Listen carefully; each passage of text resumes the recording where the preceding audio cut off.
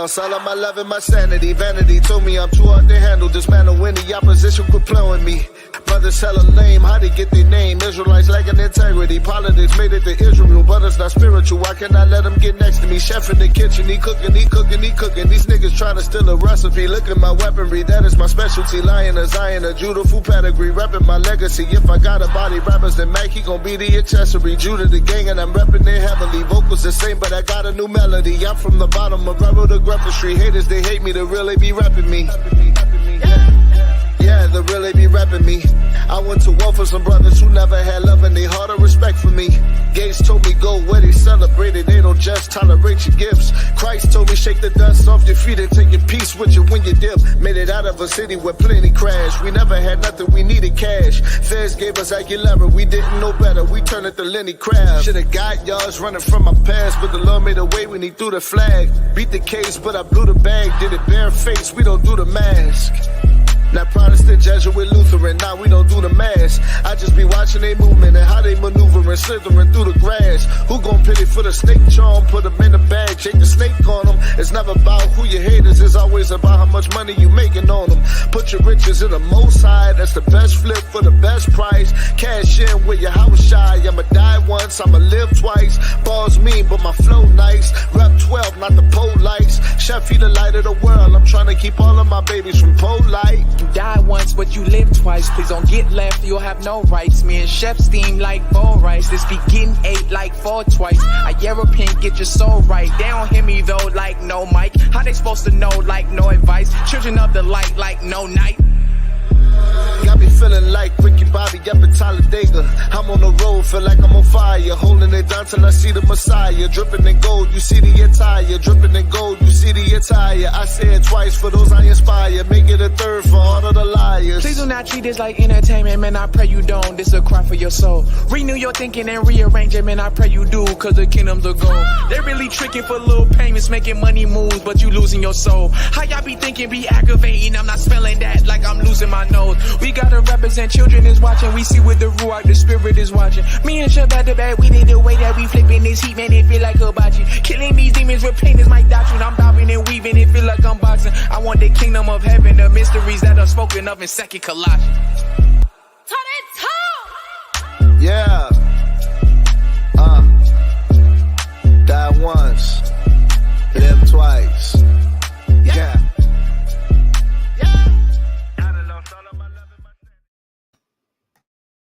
Man, I done lost all of my love and my sanity. What's going on? What's going on? Episode 31 of the Scorn Black Man podcast series. I'm your host, Zadok Israel. See, I'm a camera working up in here. Disabled veteran. What's going on? K Judah Show, man. Happy 7th, brother K Judah, man. Fire Talk Radio podcast. Sister Weezy, you know what I mean? And the Bills and Shalom, Sister Weezy. We're going to go ahead and try to dive up into this. Shalom, brother Don Yehuda, Fire Talk Radio podcast. What's going on, my brother? Shalom, happy Sabbath. Everything good on my end. Just got a message from Sadak. He said it'd be on soon. Okay. Hey, episode 31 is in the, we here. Episode 31. Female Pookies are who black men have to settle for. And DNA test shows you are not the Pappi, Negro. Once again, episode 31. Female Pookies are who black men have to settle for. And DNA test shows you are not the Pappi, Negro. Brother Don Yehuda, man, what it do, man? What it do? You know what I'm saying? We're going to wait to jump into a video. And while I get this video shared, man, please give your shameless plug, Brother Don Yehuda. Yes. Everybody out there that's tuning in, that's watching, please go over to Fire Talk Radio podcast. That's my fledgling podcast channel. Like, share, subscribe. I currently only have shorts, but they're thought-provoking shorts. But I will, like I said last week, as soon as I get to 100 subscribers, I'll start dropping some very informational material. And like everything we do, is all going to be biblically based or biblically foundation. That's going to talk about certain topics affecting the so-called Black community worldwide. So definitely go over there, hit the like, share, and definitely the subscribe button.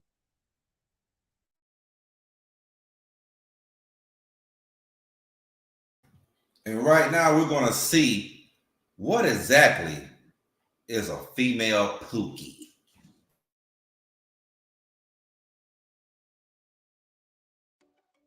Kevin Robinson was a police officer on our streets. He's experienced our with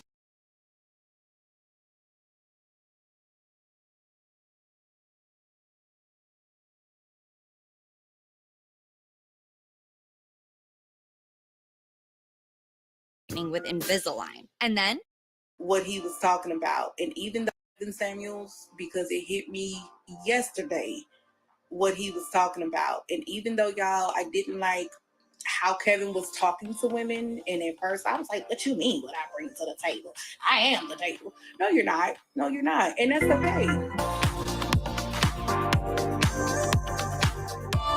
So today I got an email from one of you brothers today about a particular TikToker by the name of Jai Monroe or Jay Monroe. And she had a video, and if you can see it playing in the background, that's her crying. And the video has over 725,000 views on TikTok. And it's basically saying that, you know, I'm 36. I realized that I hit a wall in my life, and, you know, all I have is felonies and, you know, babies, being a single mom, to show for it. But the lady actually, you know, has decided to basically say that Kevin Samuels was right. And I have a few of her videos that I want to react to, her story. And let's get into the video. First off, let me just say thank y'all. It was a lot of support from the men. And I'm not a pick-me, but fellas, I do have to agree with Kevin Samuels because it hit me yesterday what he was talking about. And even though, y'all, I didn't like how Kevin was talking to women, and at first I was like, what you mean what I bring to the table? I am the table. No, you're not. No, you're not. And that's okay. That's okay. Because I have to be honest with myself, y'all, and accountability. And it hurts. It hurts being honest with yourself, y'all. I'm not gonna lie to you. This is not a pity page, y'all, but accountability hurts. And I know that's the first step. And I realized last night, y'all, I just had a moment, and I'm not one of those people that be crying for the camera and stuff, y'all, but I just had a moment. I was like, bitch, you fucked up. So again, you know, and shout out to the young lady, like I said, you know, to come on to social media and admit that. And then what did you hear her say? The men are supportive. Nobody's calling her names or being rude to her, because the thing is that a lot of ladies believe that they have something to offer men in their eyes, but they're not the guys deciding on if they want to deal with these women. You know, that's one thing saying, like, you know, I just think I believe to deserve to be at Harvard University or Yale. But I'm not the person deciding my application on if I should get into Harvard or Yale, right? I'm not the person that decides that. I have to meet the person's standards of who I'm trying to get, you know, into the institution. And that's simply what she's saying. There's so many women out there believing that they're great wives for men, especially high value men. They deserve to be there. Yet you don't see them there. Why are they not there? Because if they had what it took for them to be there, they would be there. And that is because a lot of women do not understand what it takes to get to the other side. What kind of value do I need to have for the other side? And this is what we're not seeing. Let's go to the next video. Let me say this, y'all. When I said I'm not the table, do not be confused, okay? Not meaning, y'all, that like I can't get a man, that a man wouldn't want me or something like that, y'all. When I said I'm not the table, like I realized, y'all, that's why I was crying yesterday, because it's like, what could I offer a man? Genuinely, I'm talking about take looks, take coochie, take a body, take all that stuff off the table. And at the end of the day, what could I offer a man? I don't have nothing for you, baby. I really don't. I got trauma. I got motherfucking issues. I got mental health issues. I got a kid. I got some motherfucking debt. I don't have nothing to offer you. And who want that? Nobody. She asks a very simple question. And people are selfish in the world. I have a kid. I have a debt. I have issues.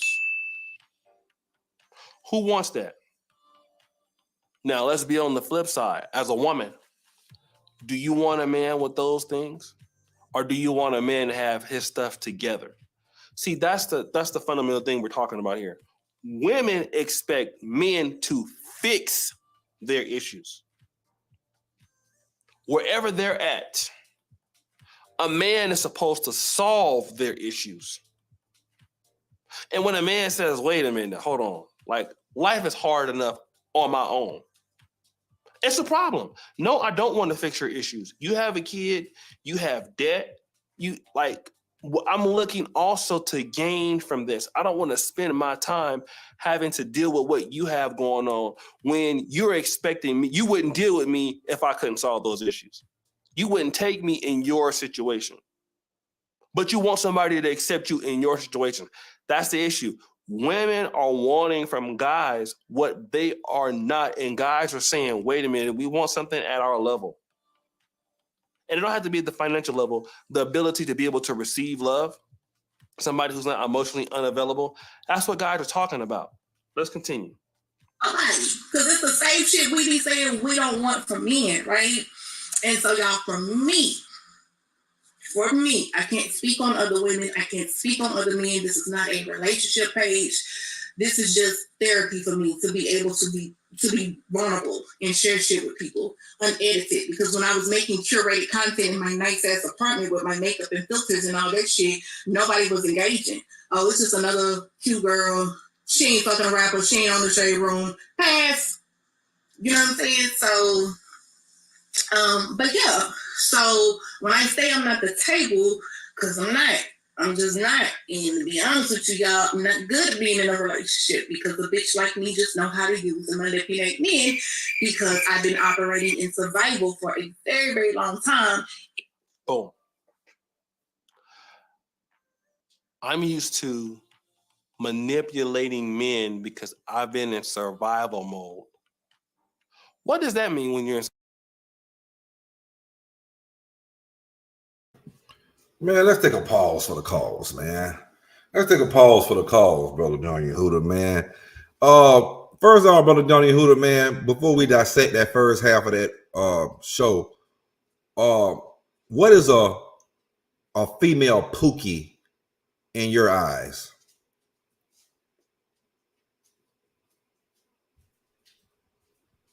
Brother Johnny Huda, you there? He might not be there. Let's continue with the show. Survivor mode. Oh, I'm back, bro. Well, it typically means you have no ability to look for things in the long term. Because even if you get with the right man, if you're operating in survival mode, you're greedy. You don't understand how to give and take because when you're surviving, think about a cat or a dog. When they're hungry, they're not thinking about the other cats or the other dogs out there. They're thinking about themselves, right?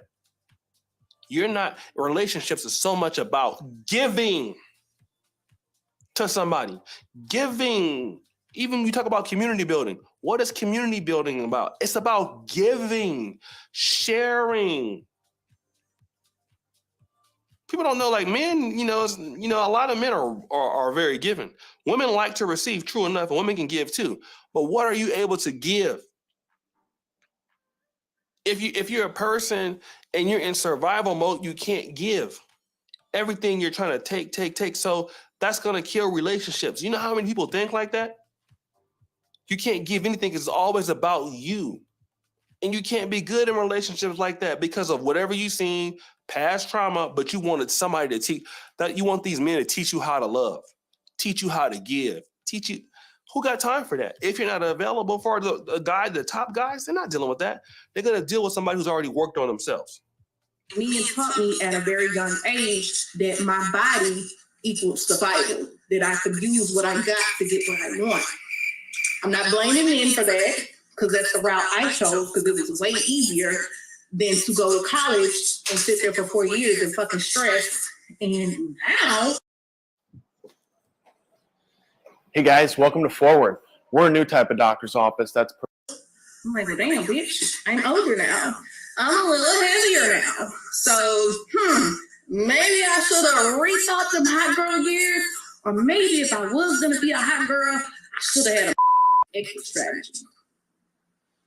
That's all. Right. So again, 36, she's younger. She feels like she looked better. This is not my words, this is hers. She was more attractive, had more to offer men. Now those days are gone and nothing to show for it. And so the things that she could get away with then, the phone doesn't ring as much as it used to. That's for all women who take that route. Look at the IG models. Amber Rose was crying about she can't get a man right now, because the guys is hard to find a rich man and all this stuff. Many women are crying about it. Even Angela Simmons is with, Yo Gotti when she wouldn't deal with him at a certain time, because you still never learn of how to be valuable to the man outside of what you were doing in the bedroom. And now at 36, with a child, broken, emotionally, having debt, now it's like, okay, I understand why I'm having these issues now. And fundamentally, it's a lot of ladies that are in the same situation, but they won't admit it. And then they want to bash Kevin Samuels. But the reality is that a lot of people don't want to own up to where they were going wrong. And that's the situation that we're dealing with right now. And I'm glad that the young lady understands where her problems are, because understanding where your problems are, you could at least overcome it. You can at least achieve it. And that don't mean that you won't be able to get somebody out there. It might be a little bit more difficult. But then again, working on yourself always gives you a better chance than lying to yourself for the entire time, which you see so many ladies doing all across social media, blaming men for every issue, which, obviously, men could definitely be an issue in certain things. But if you're the only person in every relationship all the time, then it can't always be the guy's fault. There has to be some level of accountability, which she's taking. She's taking that accountability. And a lot of women are going to start to realize, as you start to get towards 26, 35, 45 years old, and then your life changes, body changes, looks not the same. Then if you don't work on have those skills on, like you said, she didn't go to college, that would have helped her out a little bit as far as financials. Maybe not relationship-wise, but financials. And you don't have those skills, how to keep a man, how to work on relationships. When you're 36, 37, you don't attract quality people anymore, or you don't attract the same kind of guys you attracted in your younger years. So anyway, shout out to the sister. I'll leave her TikTok below. Guys, what do you think? It's your boy, O'Shea Duke Jackson. I'm out. Samuel.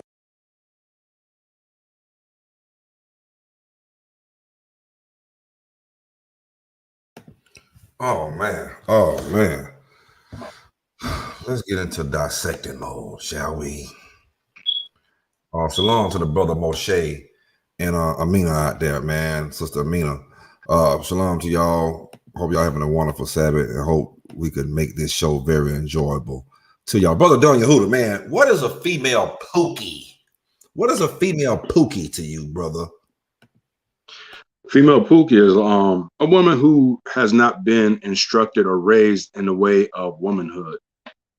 She's the mirror image of the Pookie and Ray Ray, which we went over last week in our last episode. So go back and watch that. So it's a woman is a woman in age and looks, but in mindset and spirituality is not a woman. She hasn't been raised to be a woman. She hasn't been taught on how to be a woman. And this is exactly what the brother was highlighting in the video and what the sister was kind of highlighting after self-reflection. So that's what a female Pookie and Ray Ray is to me.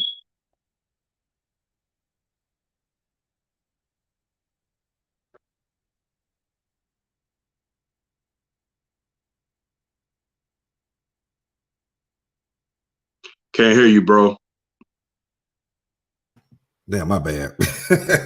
My bad. I put myself on mute when you was talking. Yeah, a female Pookie to me is kind of like what we were talking about with the male Pookies. She don't have to be broke. All right. It's all about her morals and values. You know what I'm saying?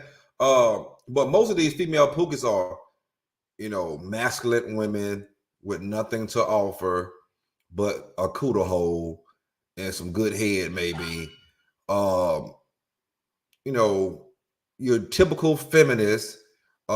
Basically what she said. She said, she thought she could just filter herself to death and, say that she the prize and she got nothing to offer but a split between her legs.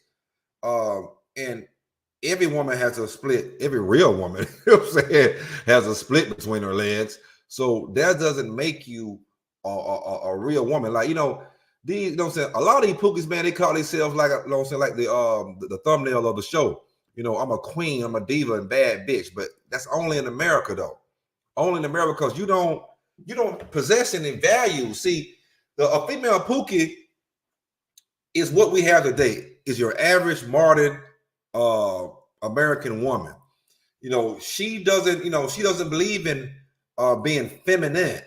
She doesn't believe in showing her counterpart love. She don't believe in respecting the black man. All she believes is I'm entitled, I'm delusional, but I have nothing to offer though. I want you to solve all my problems. It's like me and one of my homies was talking in one of the first episodes of this Scorn Black Man podcast series. So you meet them, they have all their problems for you. Baby, I have my own problems. I'm not here to be a problem solver for you. Soon you say hello. Yeah, my rent is due, and I'm behind on my car payments, and my phone is off. I'm on Wi-Fi right now, messaging you through, I'm like, what the fuck? Like, this is what we have to offer here. This is what we got. The black men are settling for this. And meanwhile, she, you sit back, you got your own problems, but she don't care because she's not coming to be a pillar of rest at all to you. This is why marriage makes no sense here in America. And I hate to say that because of, my beliefs, what I'm saying? A man should take hold of a woman and make him his wife. But how can you make see, they had benefits and incentives when our forefathers was married and, the wife. You know what I'm saying? I mean, women. Here, we don't have it. It's like, because 90% of the divorce are initiated through the women. So you married a woman, a female Pookie,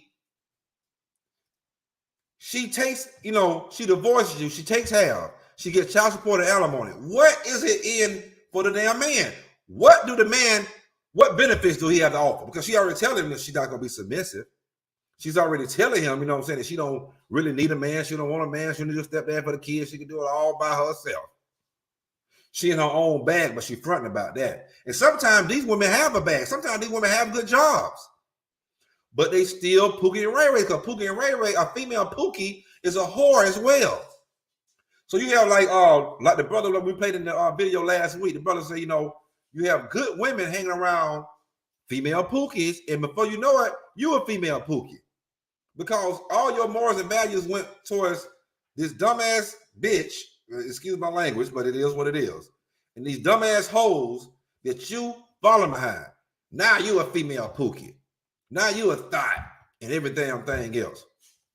Like, and I want, the men and the women to realize this. If we want to continue to build our nation up, how can we when there's nothing in it for the man? I mean, I wouldn't blame no man in America right now to say, hey, I ain't no sense getting married, man, here. You know what I'm saying? It's just, it'll be a role played. And trust me, they will play some roles to get a ring around their finger just to get a title to say, hey, I'm not a female Pookie no more. You know what I'm saying? I'm a wife, but you still is a female Pookie. Because 9 out of 10 times, you're gonna be 9 out of 10, 90% time, you're gonna be the one that's gonna initiate the damn divorce. You know what I'm saying? So ain't the black man that's, like I said, 85% of black men are married to black women. But 90% of divorces in America comes from the woman. And boy, it's ridiculous, man. It's ridiculous. You know what I'm saying? Like, she said she had a moment. And I'm pretty sure all y'all have moments. You know what I'm saying? And then y'all get over that moment and get right back into bitch mode. You know what I'm talking about? Get right back into bitch mode. You know what I'm saying?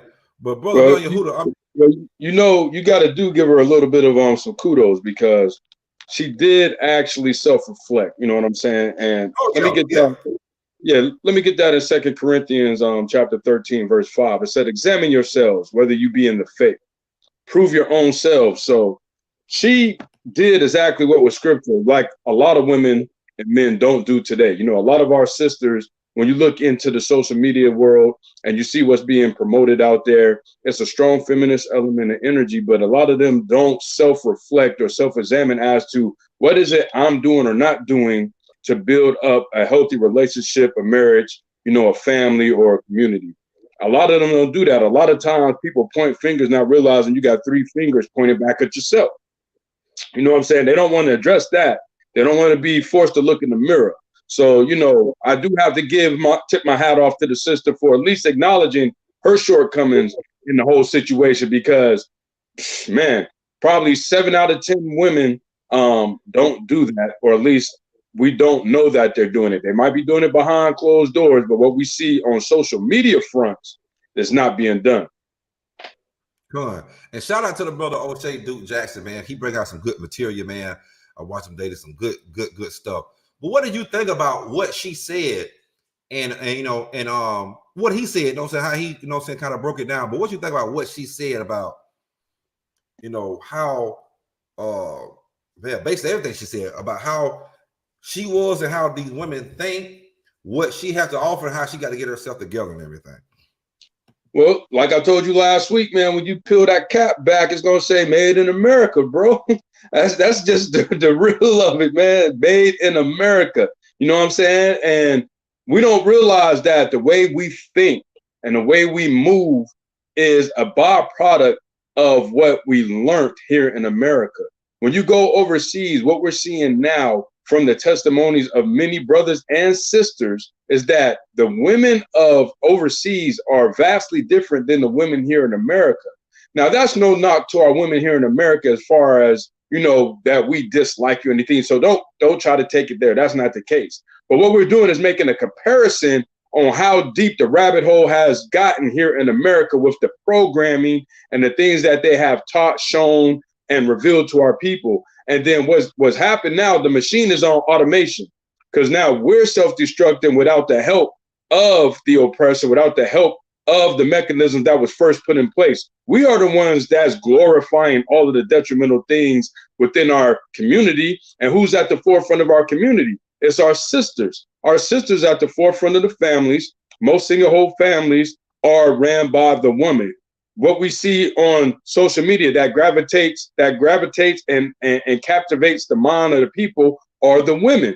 So with that being said, y'all are the focal point right now in social media here in America, and everything that they're showing concerning you is all negativity for the most part. So this is why we have to, you know, make these shows possible to highlight a lot of the things that are taking place. And like the brother said, you know what I'm saying? These are the narratives that are being spewed out by the women. And like she said, you know, she used to think like that because there's not many sisters like her that's coming out with the courage and the honesty to say, you know what? I'm fucked up too. I'm fucked up just like y'all. You know what I'm saying? I can't bring nothing to the table right now. I'm dealing with trauma. I ain't got no money. You know what I'm saying? I put on a mask that's not really who I am. So she's being honest at the expense of possibly losing an audience or a following from her, you know, fellow female companions. You know, and I applaud the sister, you know what I'm saying? I applaud any sisters that come out and, you know, and just tell the truth. You know what I'm saying? Like, you know, sometimes when we bring these things up, man, we get so much pushback, man. It's like, damn, can it be any kind of accountability, man? Do everything got to be the black man fault? You know what I'm saying? Oh, you know what I'm saying? We're masculine because we're single mothers. Well, goddamn it, what about single fathers like me?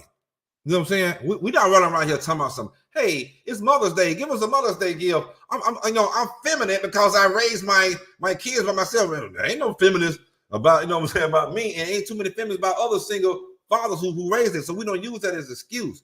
We take accountability if we fucked up on something, but it ain't no accountability. It seems like it won't, you know what I'm saying, it don't want to be. So I get so proud and happy when I see fellow sisters, the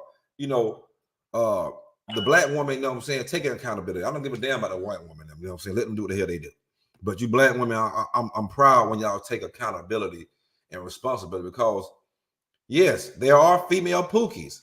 And like the woman said, remember last week, she said, we choose the Pookies and Ray Rays because we know they're gonna fuck up, and when they fuck up, it's expected. So so she could move on to another Pookie and Ray Ray. But they can't take it when they got, she said they can't take it when they got a real man, because everybody know he's a real man. They family know, his family know, she know, he know, the friends know. So if he fuck up, it's hard on them. No, really, what she don't want to be, she gonna be the one that fuck up, because like she said at the end, because we are Pookie and Ray Ray too. Then we get to get right back into this shit. You know what I'm saying? We'll get right back into this. But we're gonna watch a video of the great sister I love, you know what I'm saying, to listen to, who I think every black woman in America should be listening to her every damn day. You know, as black mothers, y'all should be playing this to your black daughters, you know what I'm saying, every damn day. We're going to get into this right now. Another shameless plug, Fire Talk Radio. Go ahead. Yeah, so basically, before I get a shameless plug, just for the unlearned sisters that may view this video, I want to just hit you with Ezekiel 13:17. Likewise, thou son of man, set thy face against the daughters of thy people, which prophesy out of their own heart and prophesy against them. So the whole purpose of today's podcast is just to really show, you sisters that still living the life of the world, that's out there in the world, that there's a better way.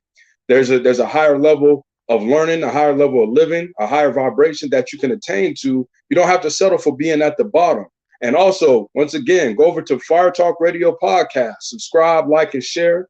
I'm waiting for the first 100 subscribers, so that way I can go ahead and put out some very informational information. But until then, I'm hitting you with thought-provoking shorts. But yeah, sisters, this is for you. This is to help you attain that godliness that you once had. You know what I'm saying? We don't have to deal with the carbon copies and the step downs. We want the step ups, and we want the goddesses that we know you can be in the kingdom. So definitely attain to this information, learn, like, and share.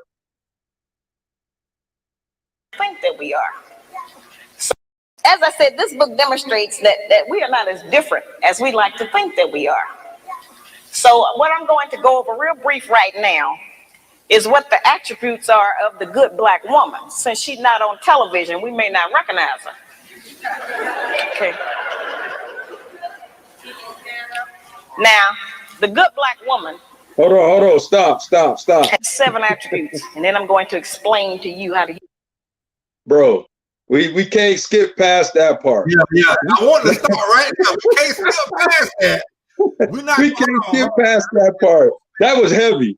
That was super heavy. She said you might not know what she looked like because she's not on TV. What is we seeing? What are we seeing right now on the social media wave? What are we seeing on TV? What are we seeing in our literature and our magazines?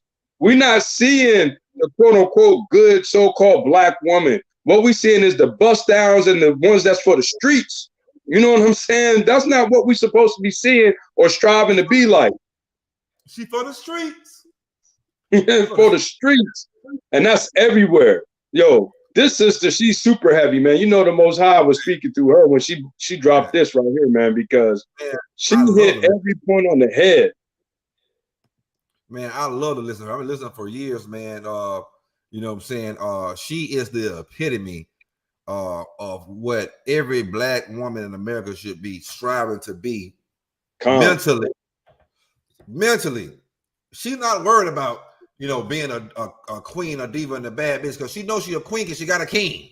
There's no queens without a king. She ain't worried about being a diva and a bad bitch. She know a diva and a bad bitch goes against her being her queen for her man, and for her being a picture, a symbol of black excellence for black women. You know what I'm saying? So she, you know what I'm saying, this woman's so powerful, man. You know what I'm saying? Like I say, the first part, like that, we can't even get through a couple seconds. You can't see the good black woman on TV. All they're gonna promote is whores and thoughts and combative bitches and this and that. And then y'all come repeating the same shit Some of you damn woke conscious black women, y'all repeat some of the same shit that these thoughts and whores, you know what I'm saying, and bad bitches, quote unquote, the way they call themselves, say. You know what I'm saying? You won't see the good black woman. They're not going to throw her on TV so she could tell you, hey, you need to stop being combative. You need to don't say, yeah, you need to submit. Submission don't equal to slave. I'm hearing woke Israelite women say that. Submit. Oh, that sounds like slave. You learn that from the white man. You still got the white man satellites in your motherfucking head. Mm-hmm. Get that shit out of there. You're trying to mix being woke in with the white man satellites. The white man's don't sound like the Brothers of Dark. Let's Talk Knowledge and Wisdom Radio podcast. Y'all hit the subscribe button over there. Just like he said, you got the white man satellite still stuck in your goddamn heads, but you know, 1 foot in the truth, you know, but this white man satellite is controlling you so damn bad. You're not going to find quit repeating shit that you see on TV. They're not going to put any black good women on there. You know what I'm saying? She look at the background right now, Lizzo. They're promoting obesity. She's not happy. They feed her money and feed her food to keep her fat and sloppy. They'll tell you, hey, black woman, this is how you should be. You know what I'm saying? Just get fat and sloppy and say you're a bad bitch and, you know, and talk shit to your black men, you know. Mm-hmm. Come on. And that's, a lot of them don't pick up on that because it's so subtle. See, that's the thing about it, right? When you do studies on military takeover, programming and things, they just don't say this is what it is. They subtly put it in front of your face. They'll put something, they'll plant a seed or the Trojan horse in your mind, steeped around everything else that you like. And then once you get used to seeing those images, like he just pointed out, Lizzo, with the being overweight, once you keep seeing her in the public eye and things of that nature, and we love our sister Lizzo, don't get it messed up, we love Lizzo, but it still is a statement to be made that they're making it to where it's easy to accept. It's easy for you not to get out and work hard and make sure that your temple is right. The scriptures say that, don't you know that God dwells within your temple? So you got to make sure your temple is right. You can't be overeating. You can't be eating the wrong things. That also means you got to be exercising, keeping your body at an optimum level. You know what I'm saying? In order to be able to move around and do the things you need to do in order to take care of the household, to raise the kids, to support your husband, to go out in the community and talk to your other sisters. You know what I'm saying? So there's a lot of things that's layers of things that they're hitting you with, fighting you with, combating you with when they give you these images and these peoples in front of you. Couldn't say it no better, man. We're gonna let this powerful sister, you know what I'm saying? I mean, hell, I might be stopping this shit every damn 3 seconds, man. Hold on. This sister power. Utilize those in your day-to-day life. The good black woman has self-discipline, courteousness, cheerfulness, self-respect, intelligence, cleanliness, and love. Now, we've heard that terminology. You know, it's like one of those where they tell you pull yourself up by your own bootstraps. What do that mean? You know, how can I make that functional in my day-to-day life to benefit me as a practice? It sounds like all theory. Where's the practical? What do I do? The good black woman has self-discipline. That's self-control. Let me make that real for you, sisters. We can start with our mouth. The good black woman can control her mouth. She don't have to say everything that comes up.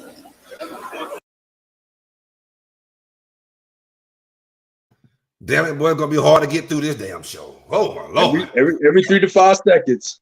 It's gonna be hard to get through this one. What I always say, shut your damn mouth. Just because you may be right. Just like the sister said, the Bible also says, it's not your fight to try to correct the black man every time you think he's damn wrong. You know, do you know how a lot of foreign women deal with their men when they mad? They don't show it right there in front of everybody. They don't sit here and cuss the nigga out in front of every goddamn body. Their parents didn't teach them like that. They taught them how to be good wives. So they know, all right, my husband did something I don't like, or he's wrong on something. They're not going to try to front him out in front of nobody. They're going to wait till they're alone. If they say anything to him, or they're going to, you know, he's going to know they mad once they get alone in a room. You know what I'm saying? He's going to know she's upset about something. And then she's going to speak her piece then. She's not going to try to front him out in front of everybody. It's not her job to try to tell him he's some kind of dumb nigga and, you know, so he don't know nothing. And then soon she get around her damn friends all the time when she around all the time. Because remember, a female Pookie, she can't be with a man. She just can't have a man. Even if she have a man, she's around her friends all the time. She's always gone. She's at the club. She's on these women trips all the time.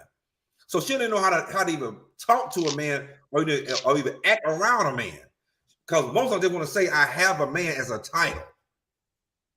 Your damn mouth. Your damn mouth.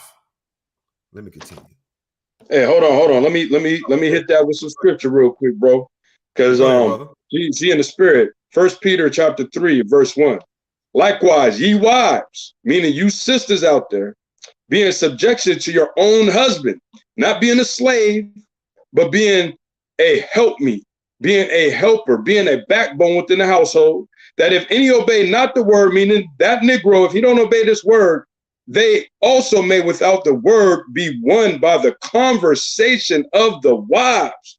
So it's very important that, like he said, you got to know when to speak, how to speak. The scriptures also tell you that, you know, a soft answer abideth wrath. You know what I'm saying? So you got to, as women, you have the power of influence. Like I told you in a previous podcast, men are manipulative, women are influential. You have the influence of your words to change the tide. You can actually, a woman has the power to start or stop a war. That's how powerful a woman is, with her word, with her gift of gab, with the powers that she's been given as the woman. So learn how to speak to your man, because just a simple word or the lack thereof may turn the whole tables around in the favor of your household. Hey, just don't know how to speak to your man. Know how to speak to black men, period. True. Oh, you're not my husband. You're not my father. You're not my son, so I don't have to talk to you with respect. Huh? Learn how to talk to black men, period. Let's continue on. It's okay if he get the last word sometime. You know, she don't cuss in public.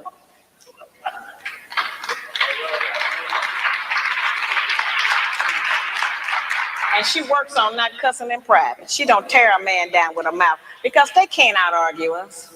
Can't nobody out-argue us. I have charged that we nag our men too much. We keep our men's head tied up so much with our petty grievances about our personal relationship that he don't have time to think and plan for our future.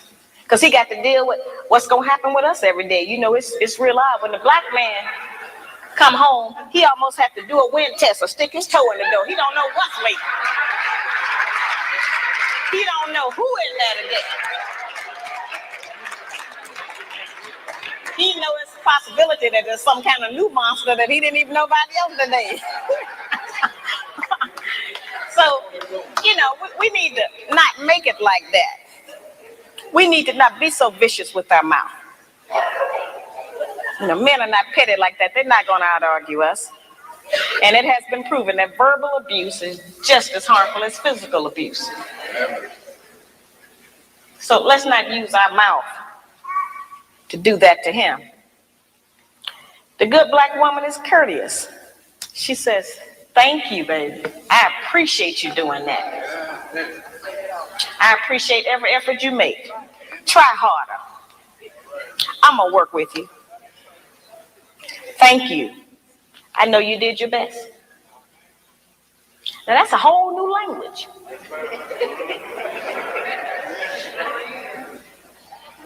But just to say that during the course of the day, every day, with the man that you're trying to be with or want to be with, will make our life easier. We can't get it if we don't give it. We keep wanting them to give us and do something for us that we refuse to do and give to them. It don't work like that.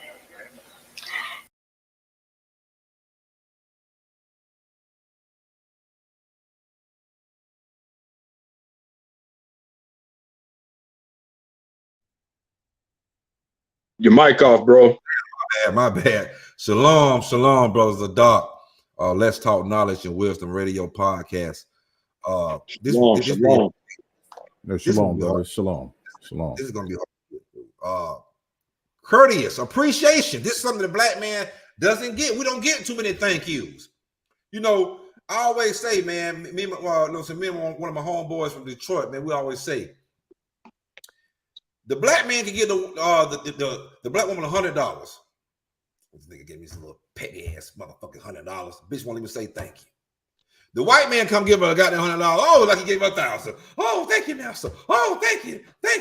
We don't get no appreciation throughout the day. You know what I'm saying? Take you out on nice dinners, take you on vacation, pay this, pay that. It's like, it's that entitlement. Oh, I was entitled to this. There's no appreciation. It goes back like, so what do the black man get out of marrying? What does any American get out of marrying in America? Well, any man in America get out. But damn sure what do the black man get out? He don't even get a goddamn thank you. At least the damn white women and all the other foreign women over here in America, they'll play their role to a certain extent at the house. Oh, hey, baby, I got some slippers for you. I know you went to work today. I got a nice bath, a nice hot meal. Not the black man. Not the black man. What you got to think about the appreciation part, Brother Don Yehuda? Yeah, I mean, you have to appreciate the man that you're with, right? The scriptures say that you're given your portion. So if you have someone that is, you know, a Pookie or Ray Ray, then 9 times 10, you a female Pookie and Ray Ray in some extent, in some capacity of that. Or you just make one hell of a bad choice. You know what I'm saying? So most men don't get the appreciation. Most godly, righteous, or even men that's not in the truth but still handling their business, they don't get the appreciation that they deserve, because for some odd reason, it's all about the woman.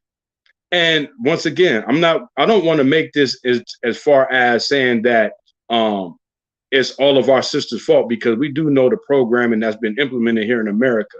But sisters, you have to realize, if you got a good man at the house, you know what I'm saying?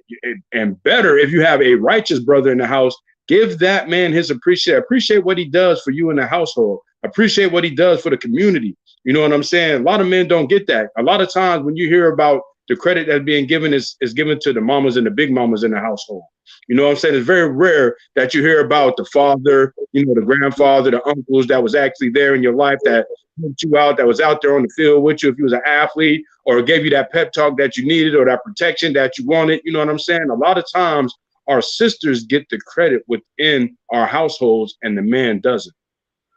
The man don't get the credit till he dead in a goddamn casket. When the nigga land on his goddamn back, with his eyes goddamn closed, stiff as a goddamn board, that's when he get his flowers. When we damn dead. Ain't that's a damn shame? That's a damn shame. Mm-hmm. And Brother Doc, welcome to the show, man. Before you answer the question, before you get to the appreciation of the for the black man, what is a female Pookie in your opinion, Brother Zadok? Let's Talk Knowledge and Wisdom Radio Podcast. Hey, shalom, everybody. Shalom to everybody in the chat. First and foremost, just giving all honor, glory, and praise to the Most High, the God of Israel, man. But appreciation, or I'm sorry, what is a Pookie? A female Pookie? Oh man. I want to say a female Pookie would be just pretty much the opposite of a male Pookie, man. I mean, just low standards.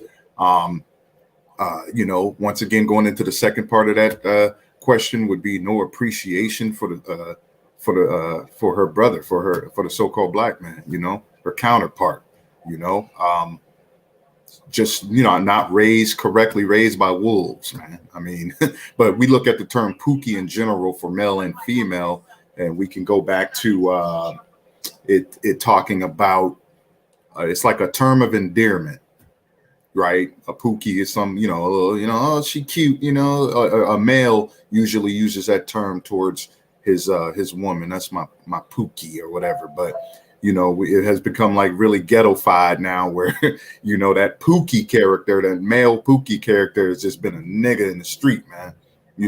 Just a low self-esteem having Negro you know, that just, you know, lack knowledge, don't want to understand anything, you know.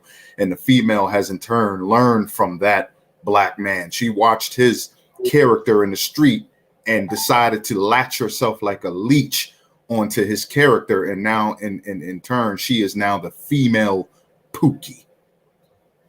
Con. Yep. What about, all right, so the first thing we start when the sister said, she said that you won't see the real black, how a real black woman should be. You won't see that on TV. You know what I'm saying? And that was a powerful statement that the sister started off the show. What you think about that right now? I mean, why they don't want to put a real, I don't say a real woman, a real black woman, and how she's supposed to be? Why they don't put them on TV? Why we always get female Pookies on TV? The reality show. Well, we know that this is set up by those. I don't want to get the show flagged, you know, in this climate today with what's going on. So I'm gonna say those fakes. You know what I'm saying? Those fake Jakes, man. Right? They got this thing set up in the medias, man, where they you know, they took off the old Cosby shows and that nature, whatever, vilified that man, you know, who had a standard of what the black family is supposed to be like, you know, with the father in the house, mother in the house, good jobs, raising the kids, sending them off to school. Well, the new war on the black community has been, you know, what you see today. They don't have to hang you from a tree no more, right? They really not, you know, it's not about the, you know, the incarceration level and all that things. Yes, that's still up there because our people are ignorant and just refuse to, you know, get knowledge and understanding and stop doing these crimes. But the reason they put these females and these men in these positions, you know, is to further, demasculate the black man, you know, and empower the black woman, you know, to have her now the head of the household, you know. And yeah, it's a terrible thing. It's a war. It's a spiritual warfare that's going on, and our people are failing to realize that that's what's taking place, and they are failing to stand up once it is recognized, like the scripture saying, Psalms 94:16, who will rise up for me against the workers of iniquity? Who's going to stand up? You see this iniquity, this sin going on, this madness going on in our communities, but the man or the woman is really not standing up, right? They just trying to see how they can fill their pockets up with the white man money, right? Wrap their necks with gold and diamonds and just forget about their communities. So, and the so-called white man recognizes this. He knows that he's the puppeteer, man, behind this thing. You know, like the brother said earlier, peel back the cap, man. You got the stamp on there said "Made in America," man.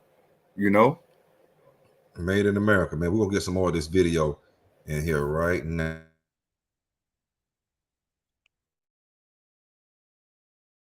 The good black woman has self-respect. She don't have to go out naked just to get the attention of a man.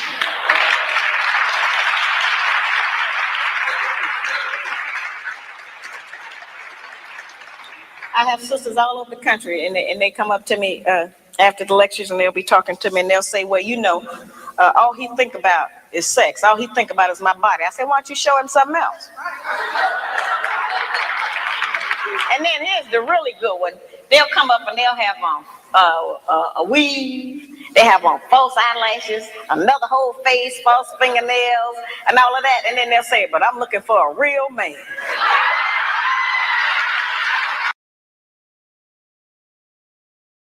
Oh man, that's just hey man. God, this is gonna be a hard one to get through, man.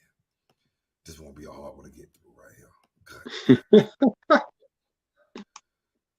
Oh man, stop dressing and looking like a whore and want to be treated like a queen. You're messy like a hoe. You're dressy like a hoe. But bitch, you lied to me. Ain't that what Trick Daddy said? You dressing like a damn whore and acting like a whore all day. Hey, y'all can't go nowhere while shaking your ass. You're in goddamn businesses, restaurants, every goddamn where. The airport, shaking your ass. Embarrassing the black man, just period. Because we like, Everybody look at the black man like, y'all can't control y'all women. Y'all women so over sexualized. And as soon as you try to talk to them, the first thing they say, you just want my pussy. Oh, you just want my pussy. Everybody's seeing your pussy, your titties, and your ass. You got fake eyelashes, fake goddamn nails, fake hair, weaves, sew-in wigs, goddamn a BBL, fake titties, a fake six-pack constructed. You know, you got all kind of damn fucking rhinestones and metals all in your fucking faces and your tongue. I mean, every damn well. Everything is fake, but you want a real man. I need me a real man. How the fuck you gonna get a real man and you ain't real your damn self? Now, before I go off too much, man, go ahead and take it a break. Brothers of Doc, I'm gonna want you to start this now. What? Brothers of Doc, you know. The sex, what the woman say, I mean, you're dressing like a whore, but you want a real man. You over-sexualizing yourself. You know what I'm saying? It's like you say, all my man think about is sex. Well, bitch, give me something else to think about. Go ahead, brothers of Doc.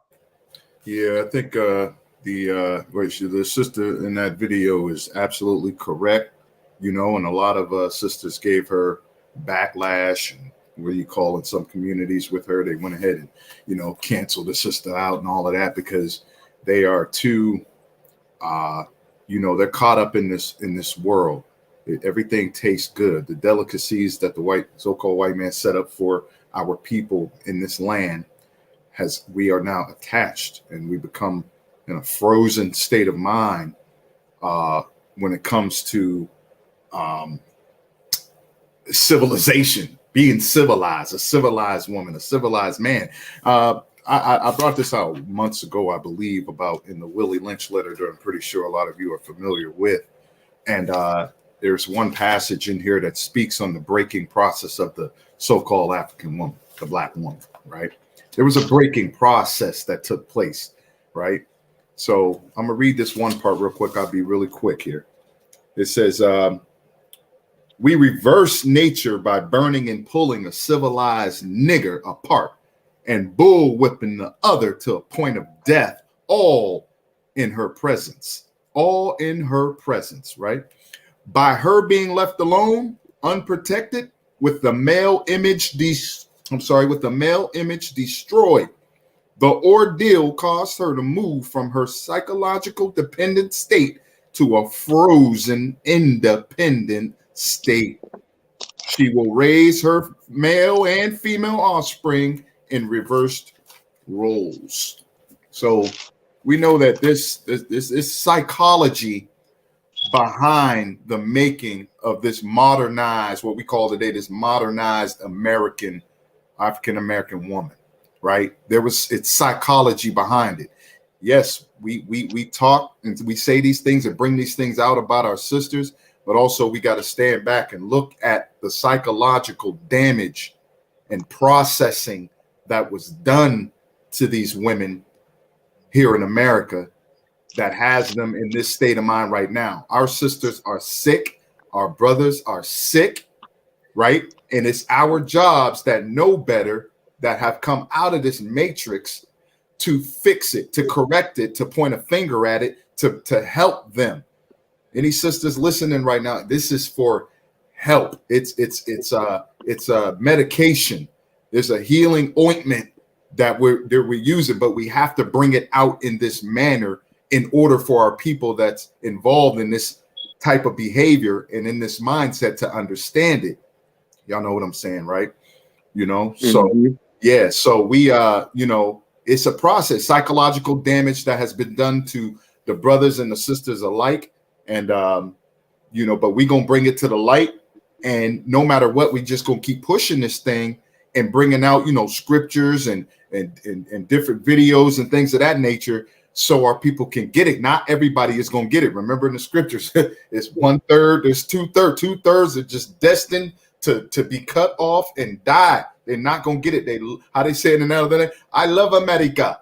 They love America. They love America. They're not gonna leave from by her side. They're gonna stay here and die. But for the 1/3 of our men and women that's gonna get pulled through that fire, man, right? That's gonna be refined as silver is refined and tried like gold is tried. Big salute to you. Brother Don Yehuda, man, the sexualized, the man, just attack what the sister just said, brother. This is so powerful. Yeah, the sister was hitting on some heavy points, especially with the indecent attire of the women, right? She was saying you don't have to be half naked or naked to get a man. You know what I'm saying? In today's lifestyle, this over-sexualized content that we're seeing is creating the doo-doo chasers that we're seeing now. They simping out 100. You know what I'm saying? This is why you got men sniffing and wagging their tail behind every piece of tail that they see. They liking every video. They liking every picture. You know what I'm saying? And what that does in response is give a false narrative and a false impression that you generally like this person for who they are and not what they're really presenting, which is just some quick ass, to be honest. You know what I'm saying? Because you don't know this person. We don't know these sisters that's putting their bodies on display.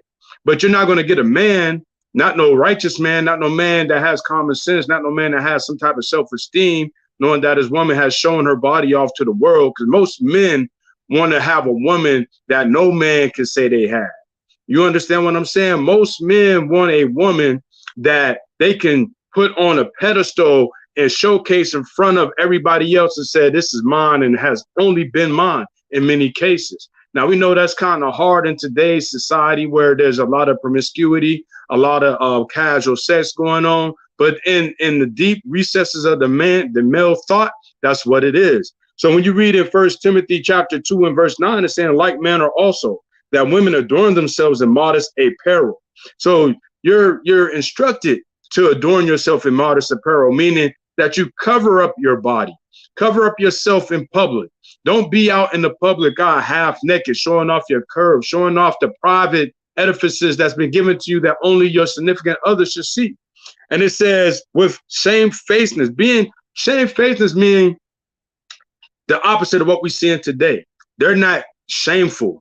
They're 100 balls to the wall, feet to the metal, just showing everything because sex sells. And so they're selling themselves for the bag. And it says, and in sobriety, not with broidered hair or gold or pearls or costly array, but which becometh woman professing godliness with good works. So according to the scripture, a woman that professes godliness and has good works is a woman that is covered up, a woman that is teaching the children how it is to be a woman who is being an example to a younger sister on what it is to be a woman, how to love a good man, how to treat a good man, how to support him, being a good man and giving him his due when the due is needed. When you read in another, I like to give some literary background too, right? And I'm not going to be long-winded. Dr. Joy DeGruy, she has a book called Post-Traumatic Slave Syndrome, right? And it says on page 144, media's contribution to our self-image. It says, and I quote, "The media has been a central vehicle for transmitting images to the masses. They control how the images will be displayed, as well as who and what will be depicted. The media has been a powerful tool in shaping public perceptions of individuals and specific groups. The media images of African Americans are seared in the mental frying pan of citizenry, swallowed whole, and eventually go unconsciously down the social gut of America. And what is ingested is rarely the truth. On the contrary, and more frequently, it is a carefully crafted hype designed to inflame and incite controversy, which sells newspapers and further divides America from Americans. But in this case, Israelite men from Israelite women." So we have to be, very leery about the social and media platforms that we indulge ourselves in and the type of narrative that they're spewing to our people, because like the sister said, you don't have to be naked or half dressed to get a good man. Yeah, you don't. It's like the brother knowledgeable King Judah, Shalom. The brother say facts. That's why we care about body counts. We care about body counts. See, let me tell you something I learned from one of the old schools that we all went to, one of the old congregations we all went to. But the bishop said, hey man, it's a reason why the woman is supposed to be a virgin when they meet their husbands. Because if she has too many sexual experiences, right? Let's say she meets a guy. She meets a guy, but she's already had 100 other guys. And let's say this guy, he doesn't do everything sexual that the other 100-something guys did. You know, his rod, his penis might not be as big as the other guy. She's already known how this feels. How, you know, she's had this size rod, that size rod. You know what I'm saying? She's been licked here, licked there. She had a booty hole laid, a cooter hole laid. You know, she's been slapped, spit on, and you know, all this while she's doing sexual activities. But then she get this one guy, he's not gonna do all that, you know. But now she can't be with her because she's too over sexualized out. She's turned out. She turned out now. So now she, so now she's gonna leave that man, most likely cheat on him or whatever. This is why you don't supposed to have all those damn body counts. You don't supposed to have them. You know what I'm saying? So that was a very good point, you know what I'm saying, that the brother, you know what I'm saying, knowledgeable King Judah brought out. We care about body counts. You know what I'm saying? You should care about your body count. Because, you know, don't get your walls, you know, the being loose where a man can just yell up in there, hey, hey, hey, hey. Motherfucker echoing and shit. You know what I'm saying? But let's continue with this video.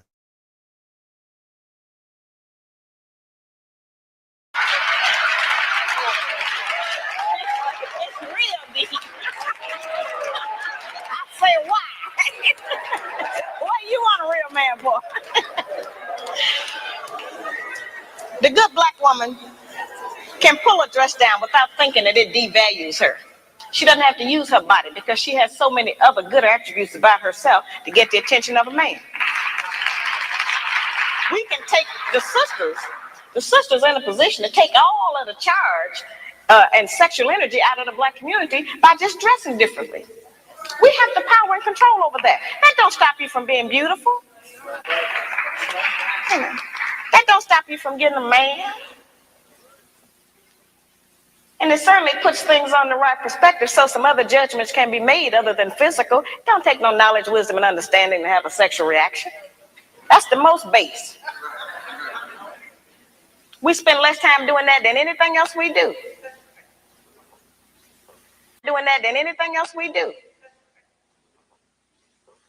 So, you know, that doesn't always have to be the forefront issue. We know we are capable of that.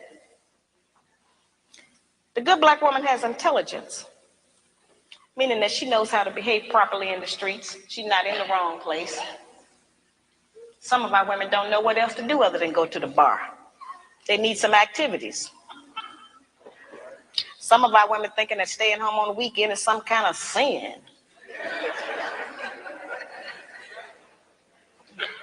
Some of our women think that if they don't have a new outfit to wear every day, that they're going to self-destruct. You know, we have a lot of just that kind of nonsense going. Every time we buy new outfits and clothes or whatever, all we're doing is sending money out of our community. We don't own no clothing store. If the white man closed the shoe factory, we'd all be here barefooted tonight. We don't own no shoe factories. You know, very base things that we don't own, that we put our money into and demand we have to have them. A lot of times our men look at us and know that he ain't never going to be able to make enough money to give us all of the things we say we want. And don't no man want to be with no woman who he constantly got to deny her the things that she says she wants. And that represents failure to him, to have to always, you know, not be able to provide us with what we ask for. One of the ways we can do that is to start being satisfied with less. You know, the good black woman. Let's dissect that. Let's dissect that.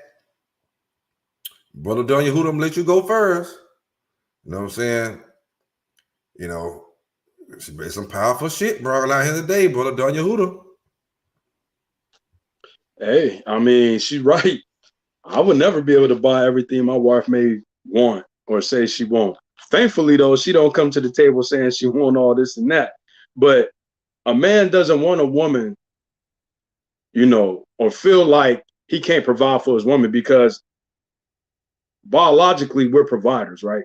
We want to be able to provide the things that's of need and even the things of a want.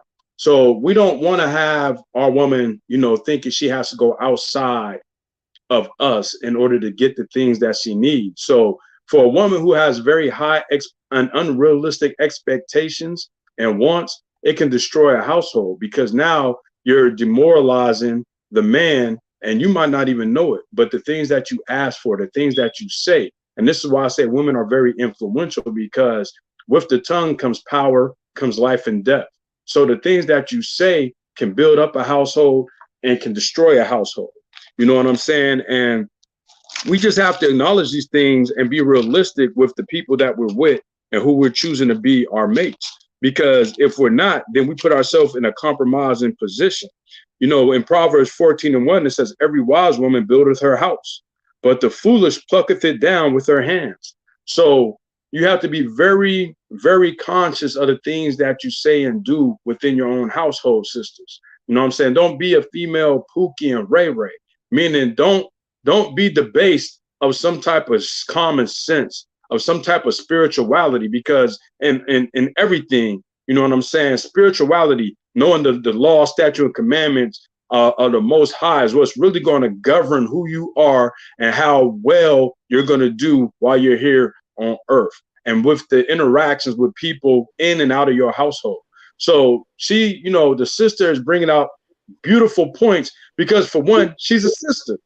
Who better to speak about it than a sister, because she's the person that she's talking about, and she interacts and sees other sisters that do those things. And so since she's been enlightened and elevated to a higher vibration, she has the authority to speak on these things like the scriptures tell her to do. The scriptures tell her to teach the young women these things, to point out all of these things that's not productive in your household and how to be productive in your household. Not just the problem, but she's giving you the solution, just like the scriptures. So, you know, people that try to harp about the Bible and everything, you can tell these are people with low knowledge because they haven't read it.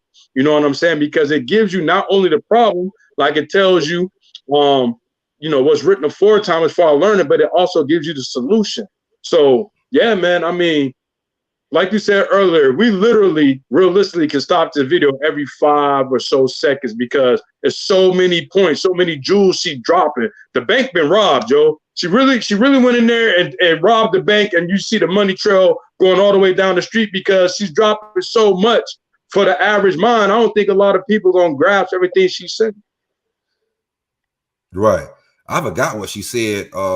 When I first just clicked back on, she said something powerful when it first came on. I mean, you know, somewhere when I first clicked back on, and then she just ended off with, you know, basically all you want to do, all you hear these dumb and not the righteous good women, but these dumb whores keep talking, oh, I finessed him. Oh, you know what I'm saying? Girl, you know what I'm saying? They always trying to break you or get you to spend all your damn money up. You know what I'm saying? Other women, man, you know, you can that damn, you know, they, you know, you could buy groceries. You know what I'm saying? They want to come and cook. You know, they want to save you $1. No, not the motherfucking female black Pookie. This bitch want to try to damn, she ain't got a damn day. She wants you to spend money on her that she don't want to spend on her.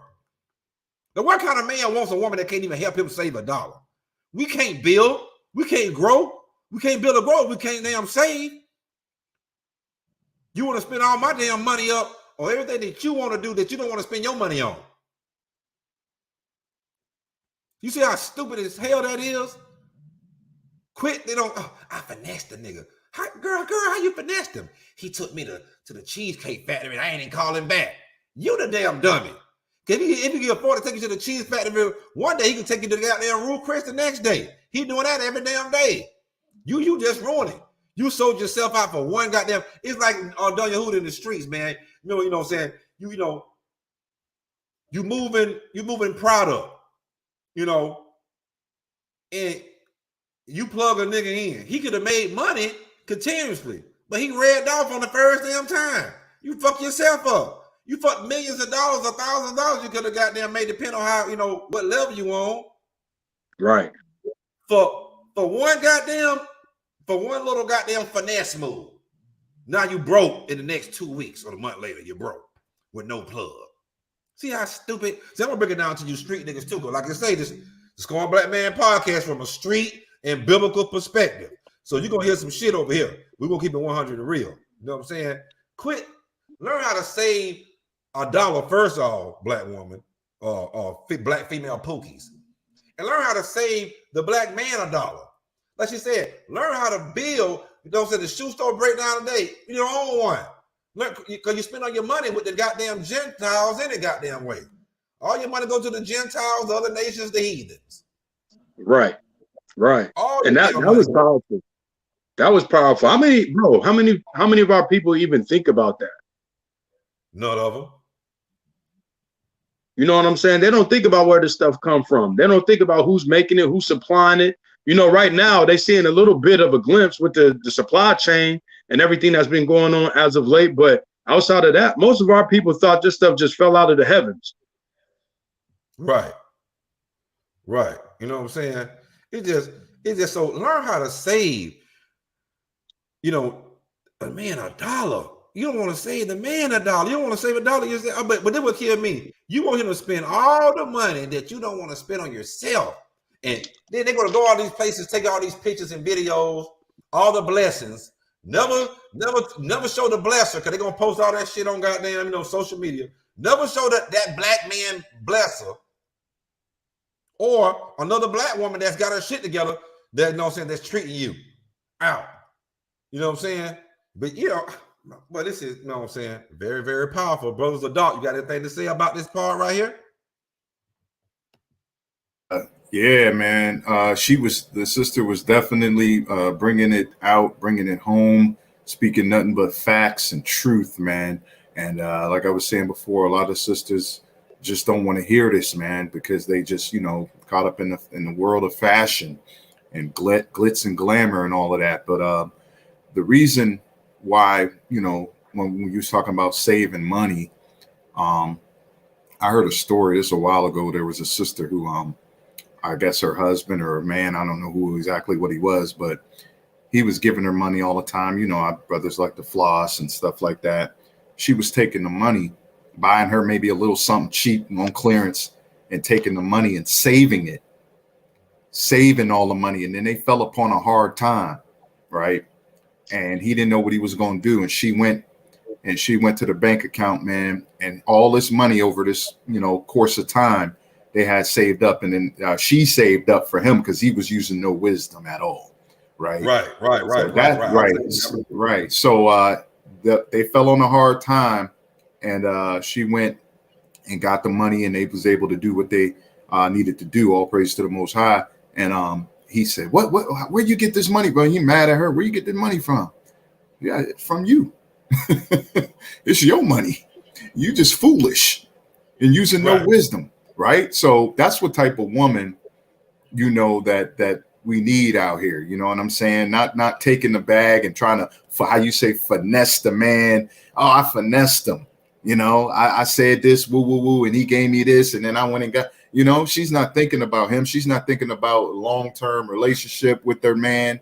No type of, just foolery, man, going on. You know what I'm saying? And I wanted to get one scripture on that in Haggai real quick, man. Haggai chapter 1 and verse 6. You have sown much and bring in little. Ye eat, but ye have not enough. Ye drink, but ye are not filled with drink. Ye clothe you, but there is none warm. And ye that earneth wages to put it into a bag with holes. See that? And that's a lot of our people, man, that do that. The so-called black man and woman, man, on an average, man, we don't save money for the long term like the other nations do, like the white man do. Like Chinese come over here, get their nail shops and Chinese restaurants, save all that money, take it back over to China or wherever they're from, and send it to their family, and then they come over here and do the same thing. Do black people do that? What do? We worry about Jordans and Gucci outfits and belts and things of that nature. We don't save anything. Our money is like a sack with a hole in it. We can't save money. That's not all of us, because a lot of us, I know somebody right now listen somewhere, I got money, I save money. I put $100 to the side all of that, No, I'm talking about to build wealth, not just to be rich, but building wealth, building something, saving something up to, for your family down the line to get, not going in and touching it when your car broke down, not going in there because, I need a little bit of extra drinking money or whatever, or this party money or whatever. I'm talking about saving for for wealth, generational wealth. And that's something that the so-called black man woman don't do in this country, man. Man, they'll better get life insurance, man. They'll better get life insurance. Yeah, you know what I'm saying? yeah. They'll better get life insurance. At least do that. That's what, You know and what I'm that's saying? what, yeah, and that's what these other nations do. I saw a video on that the other day where it was like, hey, the white man, they get these life insurance policies and things of that nature, man. Because I mean, if anybody should be doing that, it should be the black man and black woman doing that, man. How many times? Look at all our people getting shot down in the street, man. You put a life policy on that teenager, man, on that brother living with you down in the basement selling dope. Get a life policy. Save yourself the hurt, man. It's sad to say that, but damn, that's reality, man. I got a call. You know what? I got a call for a female. What was that? One was Thursday morning. You know what I'm saying? And I hadn't heard from her for a while, and she was like, her son just got killed Tuesday. I said, well, damn. You know what I'm saying? You know what I'm saying? Did you have life insurance? Nope. See that? Right. And other people, y'all other family y'all members. got these Pookie, you know what I'm saying? Y'all got these thug sons out here because they ain't got no father, and you a Pookie mother, you know what I'm saying? And they don't have no father. And if they do, he a Pookie and Ray himself, and you know, no life insurance policy. You know, so you better take some out of these motherfuckers. You know what I'm saying? You better take some out. You know, say something on yourself. Say something on yourself. Just get kids up. Another thing too is that a lot of times when they're getting these life insurances, yes, us as the black community need it because we're seeing death at a high rate, but it's also a financial investment. When you get the right insurance policies, these are investments that you can use to sidestep the banking system. You know what I'm saying? There's things such as infinite banking that, is built off of using like whole life terms to your benefit. Also, another thing that she had mentioned, which y'all already been touching on, is that when you buy a lot of these products from a lot of these places that's from other nations, you're sending the money out of the community. We actually have a upcoming podcast that might touch on it, 6 hours to live. And that's talking about the black dollar, because the black dollar only lives or circulates 6 hours within our community. Wow. When in other communities, it circulates anywhere between 2 weeks up to a whole month, maybe even more. So as soon as we're getting paid within that same day, our money is going out of the community into the hands of our so-called enemies. Yep. We're not doing anything. We're number 8 in the world as far as our spending power. Number 8 above all other nations. We're in the top 10, and we're 8 out of that 10 as far as spending power, but yet we don't have any of the necessities it takes in order to build up a nation.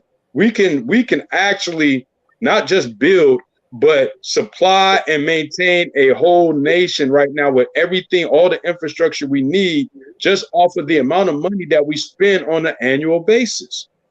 The scripture in Ecclesiastes 7:12 said, for wisdom is defense and money is a defense. So wisdom, knowing how to use that money and get into the bag is a defense for our people. This is why we're defenseless. We don't have no wisdom, and all the little money that we spend, we're spending it outside of the community. We're not spending it with our people. This is why Tulsa, Oklahoma, aka Black Wall Street, was so successful, because the money stayed within the community. Right. I can even say over a month or two. Right. Everything I needed, my brother or sister had it, and I went and spent with them. I didn't think about going outside of the community, spending it with nobody else. Yeah, right. Yeah, our mindset, man. Our mindset is not geared towards, unity, and elevating our own.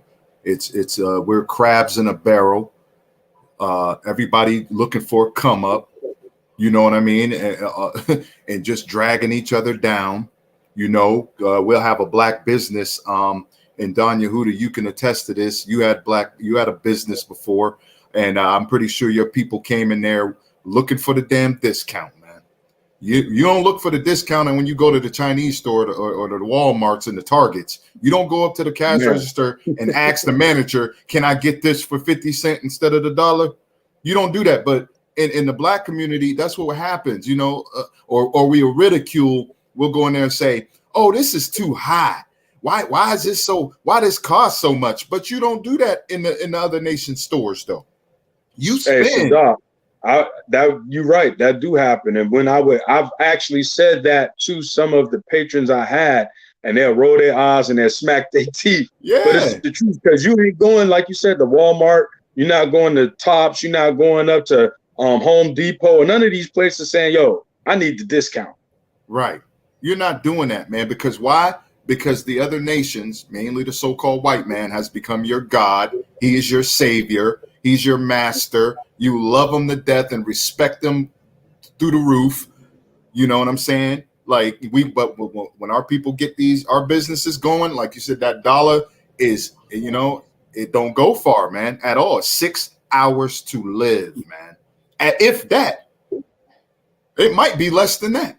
But on the average, I understand about 6 hours that money circulates within the Black communities, man, where businesses are running around there. Man, we're gonna continue on with the show. Woman is clean. Now that's a hard one. The good Black woman try to keep the house clean. Good Black woman is clean by her own body. A lot of those things we kind of take for granted, but all of our people don't know about that. There are people who are angry with me because I even described the fact that some of us as sisters don't have the proper personal hygiene, as if that don't exist. We have too much falsehood and pretense going about our condition. Everybody that's dressed up ain't clean.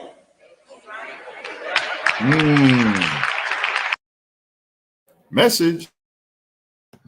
And we actually got a show coming up on this. It was gonna be next week. We decided to slide something in the next week slot, but it's gonna be after that, about the pH. Let's talk about it. Cleanliness. They don't want to. Hey, you come to these women houses, man, there's cockroaches everywhere. Man, I seen cockroaches in the goddamn microwave one time. Like, how the fuck that motherfucker got it out? Ooh, wee. Damn, how roaches get in the damn microwave? Roaches, man, you uncomfortable at what? Man, I listen. And these would be some of the, like she say, they dress nice. You think they some of the baddest motherfuckers you want to see. And then you go to their damn place for the first time. Man, goddamn, you lights right here. Roaches on the wall. Goddamn, roaches falling. Shit, what the fuck? Is that a rat I heard? Damn, what the fuck going on? You know what I'm saying? The roaches offering you drinks. Yeah, you know what I'm saying? The damn roaches and shit trying to serve drinks and shit around the motherfucker, man. I mean, shit, and some of these women, man, I mean, like you said, yo, she living in Joe's apartment. Black men are starting to talk about this more, and Black women are starting to talk about it more. It's a little musty. We're talking about the armpits, and then they get on to the clitoris, to the clitoris to the armpits, from the armpit to the split. We're gonna call it the clitoris. From the split to the armpits. The damn, I mean, I'm seeing, I had a damn post I put on Facebook. I said, damn, but all these women out here in Arizona all these women got terrible. I mean, I'm talking about the Black women got terrible. I expect the Mexican women have terrible teeth.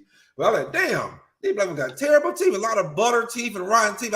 So I made a post, Arizona Black woman, show me your teeth challenge. They were all the challenges, so they still going on. But I'm like, show me your teeth challenge. Man, it was silence like a man. Boy, and the ones that had a decent teeth, they hurry up and got them send their picture on there. But I'm like, boy, this is a problem, man. You're not taking care of yourself right. You know what I'm saying? You're not eating the proper things. You know what I'm saying? Some of you going on your menstrual cycles, and it shouldn't smell that damn bad. You know what I'm saying? I mean, hell, a lot of us grew around women all the time, and some of them couldn't tell when she was on a menstrual cycle. But some of y'all, I mean, I don't know what it is. You need to plug it up or something. Maybe patching it up ain't doing enough. Maybe you need to plug it up. Put a tampon in that motherfucker or something, man, because spend a little ranky. You know what I'm saying? I mean, man, I could go on for stories for days. I might just think I'm nasty. So I'm like, oh, that boy, he just want a potty mouth, ain't it? But I'm talking about, man, listen, man. I mean, I was younger, man. I'm having sex. I'm, doggy style, man. I'm like, man, goddamn.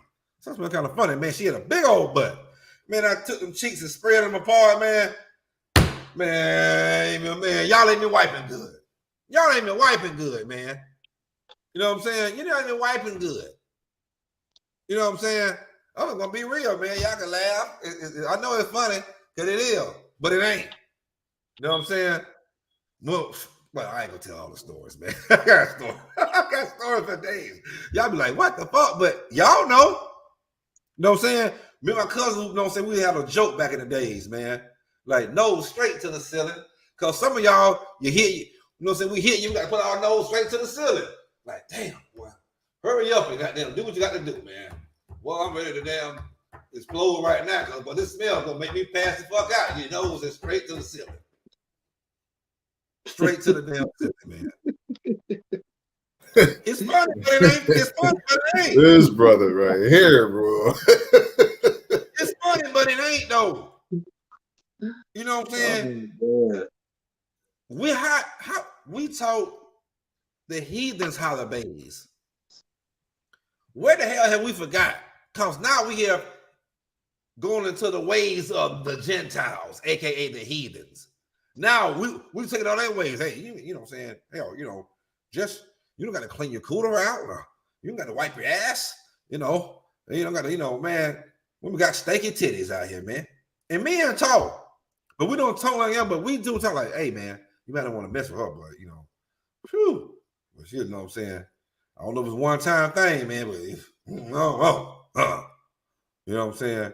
Grown ass women, you know, still smelling musky, and you ain't goddamn working no kind of hard job or nothing. You ain't working nothing.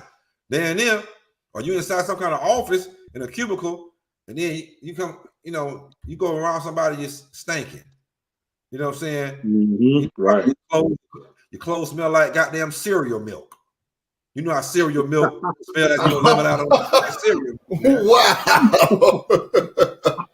Damn.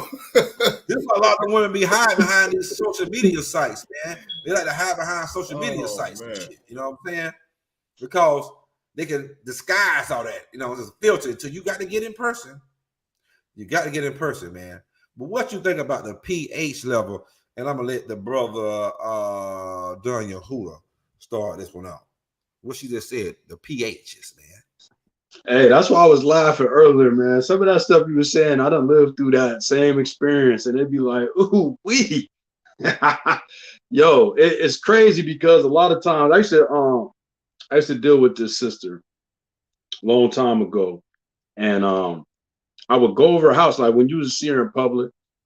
She was nice looking, short, caramel, you know what I'm saying? Seemingly kept herself up. But as soon as I would go over her house, the house looked like Baghdad, bombed out. And I'm like, man, what the hell is going on here? You know what I'm saying? Like days and days worth of dishes in the sink, clothes everywhere, floor not swept. Just, I mean, it was horrible. And I'm just, you know, the two didn't match. It was like a mix and match, man. I don't know what was going on with that, but it just goes to show you that, you know, you can't judge a book by the cover because you never know what a person's lifestyle is like, man.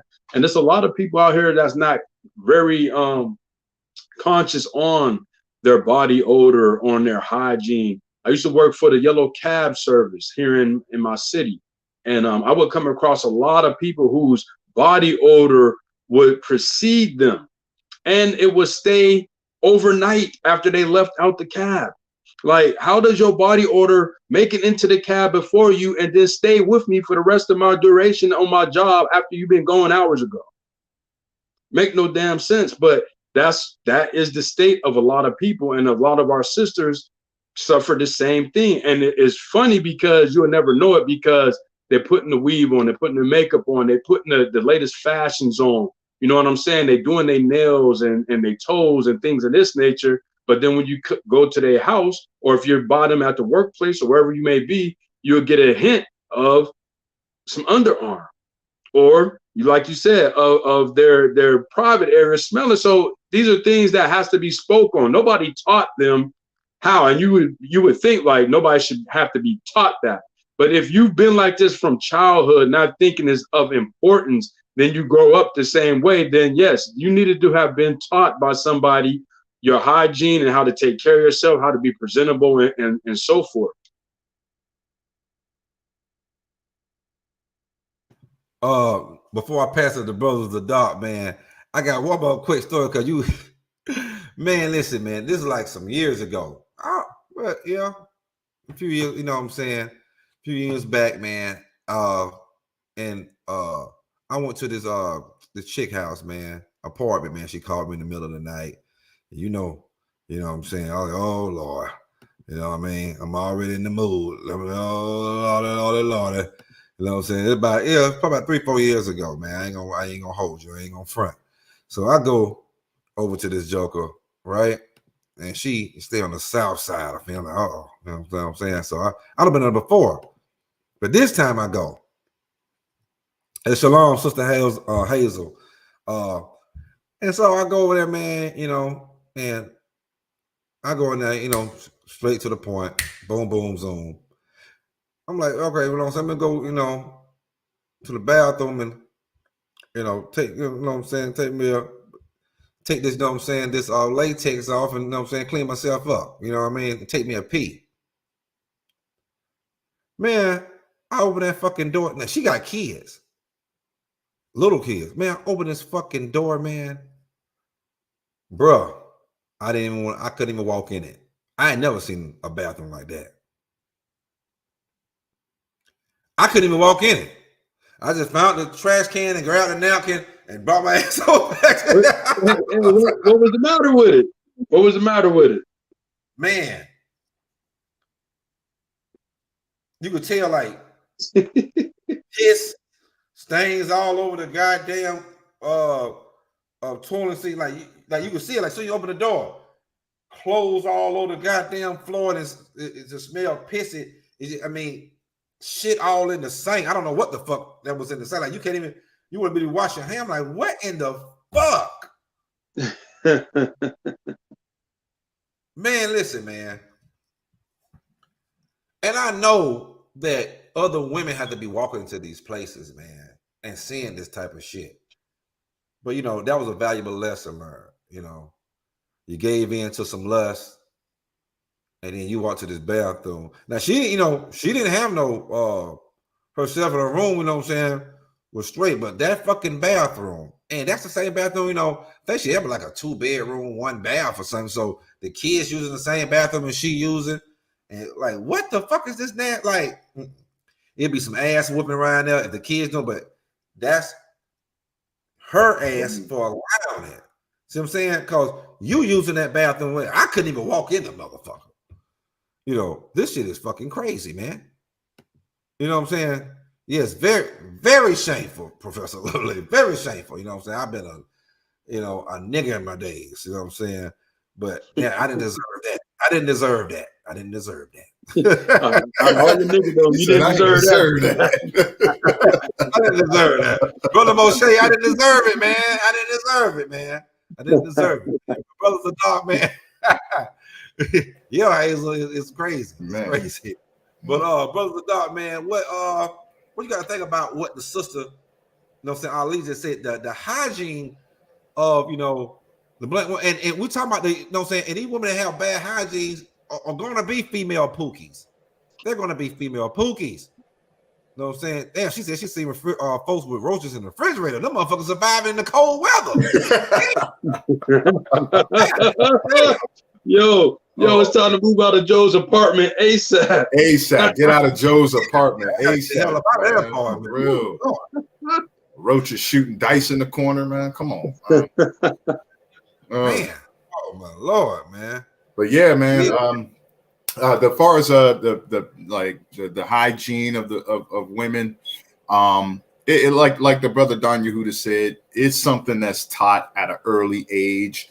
I remember my mother, you know, I got one sister, you know, she's my little sister, and my mom was always on her behind, man, about getting that tub. You know, some girls when they're young, they be just as little musty as the boys do, running around outside, coming in the house, don't want to get in the tub. But my mom was always on that, man, and showing, you know, her all the feminine, the feminine ways. You know what I'm saying? Showing her the way. You don't want nobody to talk about you because, like I said, man, growing up, you know, even me as a young boy, you know what I mean, playing outside, man, and mess around and go to school or something, man. You didn't take a bath.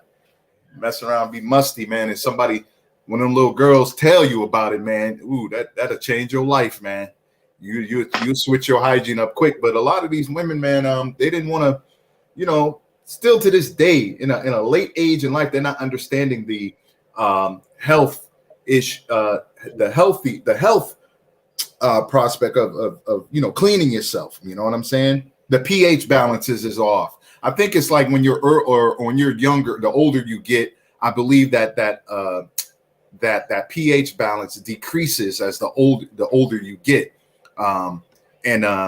It's like a acid. What do you say? It's acidic producing bacteria. You got to know how to maintain that. Like you said earlier, it's things that you eat, stuff that a lot of our women got high. Their diet consists of a lot of grease, right? Pork, greens and cabbage and all of this stuff, man. These things are high in like an acid and can contribute to throwing that pH balance off, which has a, you know, there's always a consistent odor behind that, you know. But you know, there's a man that comes in, and if he loves you, he gonna tell you about that. He's not gonna sit up there and keep diving in dumpster juice, you understand, and not say nothing to you. You know what I'm saying? That's love. He's supposed to love you, tell you, you know, hey, it's a little dumpster juicy down there. We're gonna have to, you know, change. We're gonna have to change this up. You know, like your kitty cat smell. It smell like a dead cat. Like, come on now.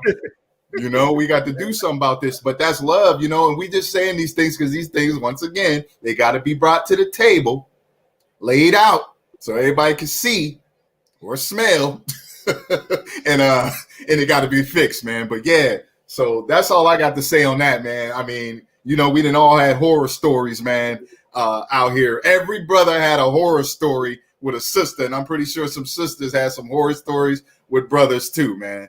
Clean up. Hey, I'm gonna just say it like I said, wash your ass, man. Come on, man. And speaking of, you know, this girl told me one time, man, this was like about 5 or 6 years ago. She was Nigerian and Haitian, right? I think her mama was Nigerian and dad was Haitian, but you know what I'm saying? She was like Igbo or whatever. So she was like, you know, she had that Michelle LA voice. And she, you know what I'm saying? Right here, big old bitch, right? And she just, you know what I'm saying? She was how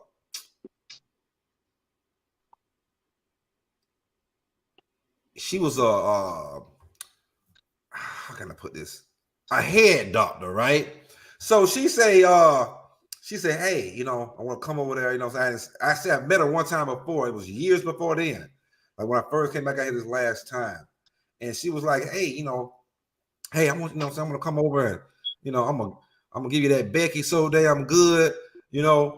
I'm gonna Becky you up, you know what I'm saying? I want all your babies, you know what I'm saying? You know how, you know, we already went into that, how that's kind of witchcraft. They want to get them babies, you know what I'm saying? Your soul, I'm gonna suck the soul out you, blah, blah, blah. But she said, do me one favor. I said, do you a favor what? She said, don't wash for 24 hours. You know what I'm saying? I don't let you get no wash for 24 hours because she was coming over the night. No, she said don't wash for 24 hours. She said because it was early in the morning, she was coming over that night. She said, don't wash. You know what I'm saying? But don't wash right now until I come over. I said, why? She said, I want them balls sweaty and salty. Well, I'm like, well, hell, they're gonna be sweaty and salty, they're gonna be stank too.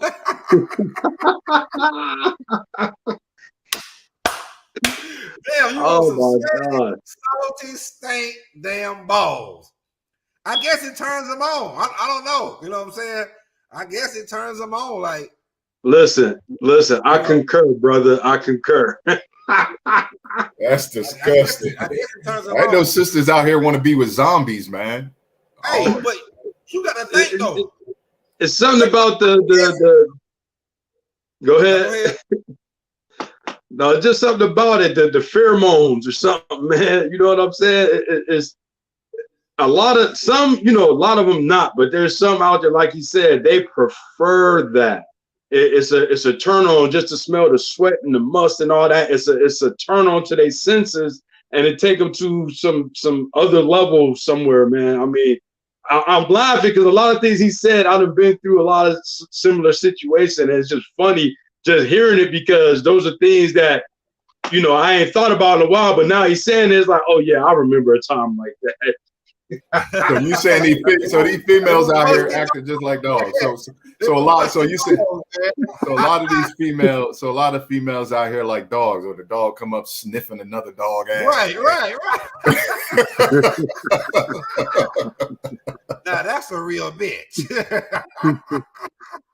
But yeah, right. man, I mean, that's crazy. So, you know, it made me think like, damn, the lesbianism thing is going on so bad. I don't know if she's gonna touch on it, but this lesbian thing is going on real bad. And the PH thing is like, damn, one, because they want to be so manly. All of them, even the ones that talking about, you know, they're strictly ridiculous, they still want to be so manly, and they're not taking care of themselves. But they put their head between a woman's leg. The woman she has a wound. That's a wound. It's open. So you really got to clean that damn thing out. You got to clean that thing out, man. You got to clean it out. But yeah, you know what I'm saying? Man, at least y'all know I ain't lying. You know what I'm saying? Brother Daniel Huda is co-stamping it. Co-stamping every damn thing. You know what I'm saying? Hey, man, I'm like, oh my Lord. You know what I'm saying? But hey, let's play some more of this video. You know, that's just the truth. We have to look at our condition in the light of truth. Stop reacting emotionally and pretending that just because we don't want to deal. One of the most difficult things that I deal with out here is trying to teach our people the difference between an actual fact and an opinion. Our people think that they can accept or reject truth based on how they feel about it. Your feelings don't change the truth. The truth is just going to be there. You can feel any kind of way you want to feel about it.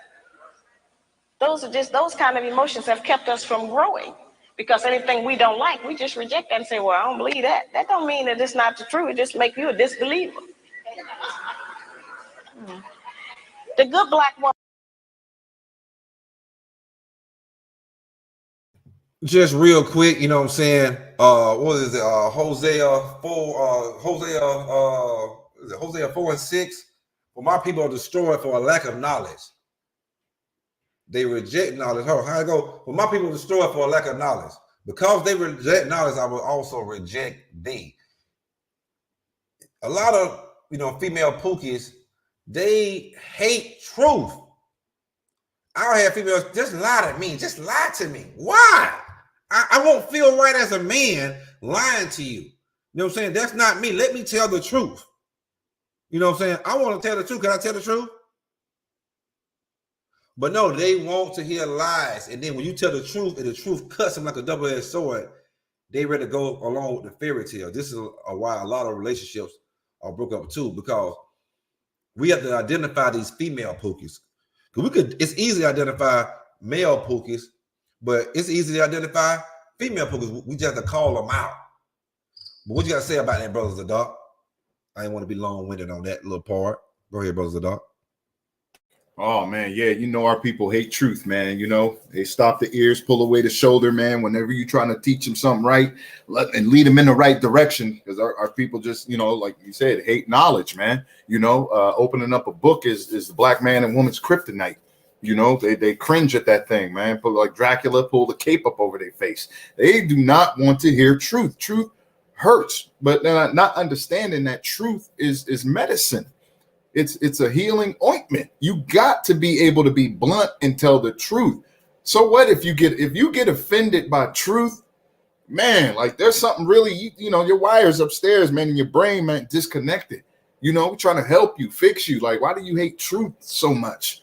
You know, like I said earlier, I said, well, I think it was yesterday. I was talking to you, Doc. I said, they don't want to keep. They don't want 100. They say keep it 100. They want 50 cents.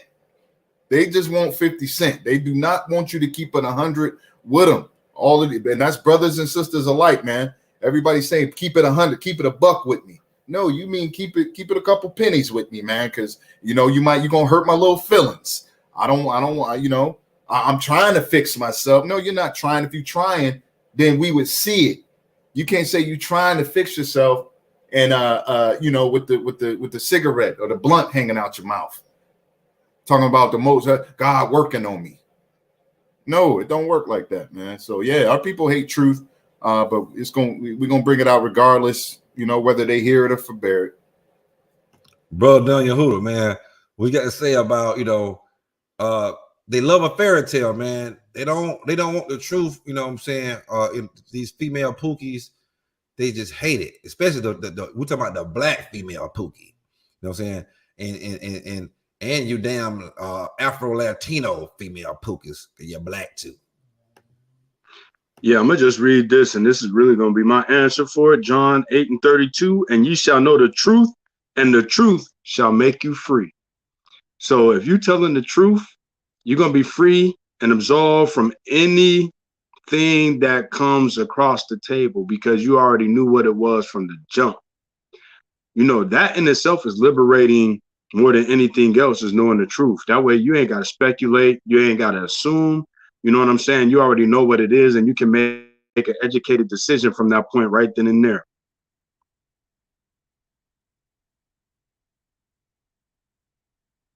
Woman practices non-possessive loving. Now, y'all know that's a hard one. Now, envy is wanting what someone else has. And jealousy, of course, is just selfishness. Non-possessive loving is not an easy one for us to practice. And, of course, I have a lot of sisters and some brothers who are in disagreement with me saying that. But the actual fact is that our men are outnumbered about 5-1. And nature is going to require that the men take responsibility for more than one woman and her children. Most of our men have children by more than one woman anyway. So I don't know why that was such a surprise, allegedly, when I said that. The black man has not been waiting on me to tell him he could have more than one woman. You know, I'm in agreement with the rest of y'all. I don't think he should do that, but I feel like you did. There are some things perhaps about the nature of our man that we have been given some definitions about that are not true. There are some things he can do that we call him a dog. We do not have the same capabilities as a man. I am not talking about fornication and adultery. That's something else. I'm talking about actual responsibility of fatherhood and husbandhood of another family. That's quite different from fornication and adultery. We don't have the same capabilities of them. That's right. A man can have 2 homes, 2 sets of in-laws. He can eat dinner at 2 houses, 2 sets of children, 2 garages, 2 separate sets of friends attached to that woman. He can have all of that. We can't do that. We can't cook dinner at 2 houses. We can't sleep with one man 4 nights a week and another one 3. Ain't no man gonna agree with that. We can't have 1 set of children we leave in one place and go and stay in another place and take care of another set. It doesn't work for us. Now, that does not mean that we can't have sex with more than one man. That's not what I'm talking about. I'm talking about just taking responsibility for your children. Now, certainly every man can't take financial responsibility for all of his children. He can do something. But a man who is spending time with a child is going to do something for it. Because then they'll find out what we have since we've been taking care of them by ourselves. You don't like to always say, no, I can't do it. No, I ain't got it. So the children will make you get it up. You spend some time with it. You know, that's an important thing.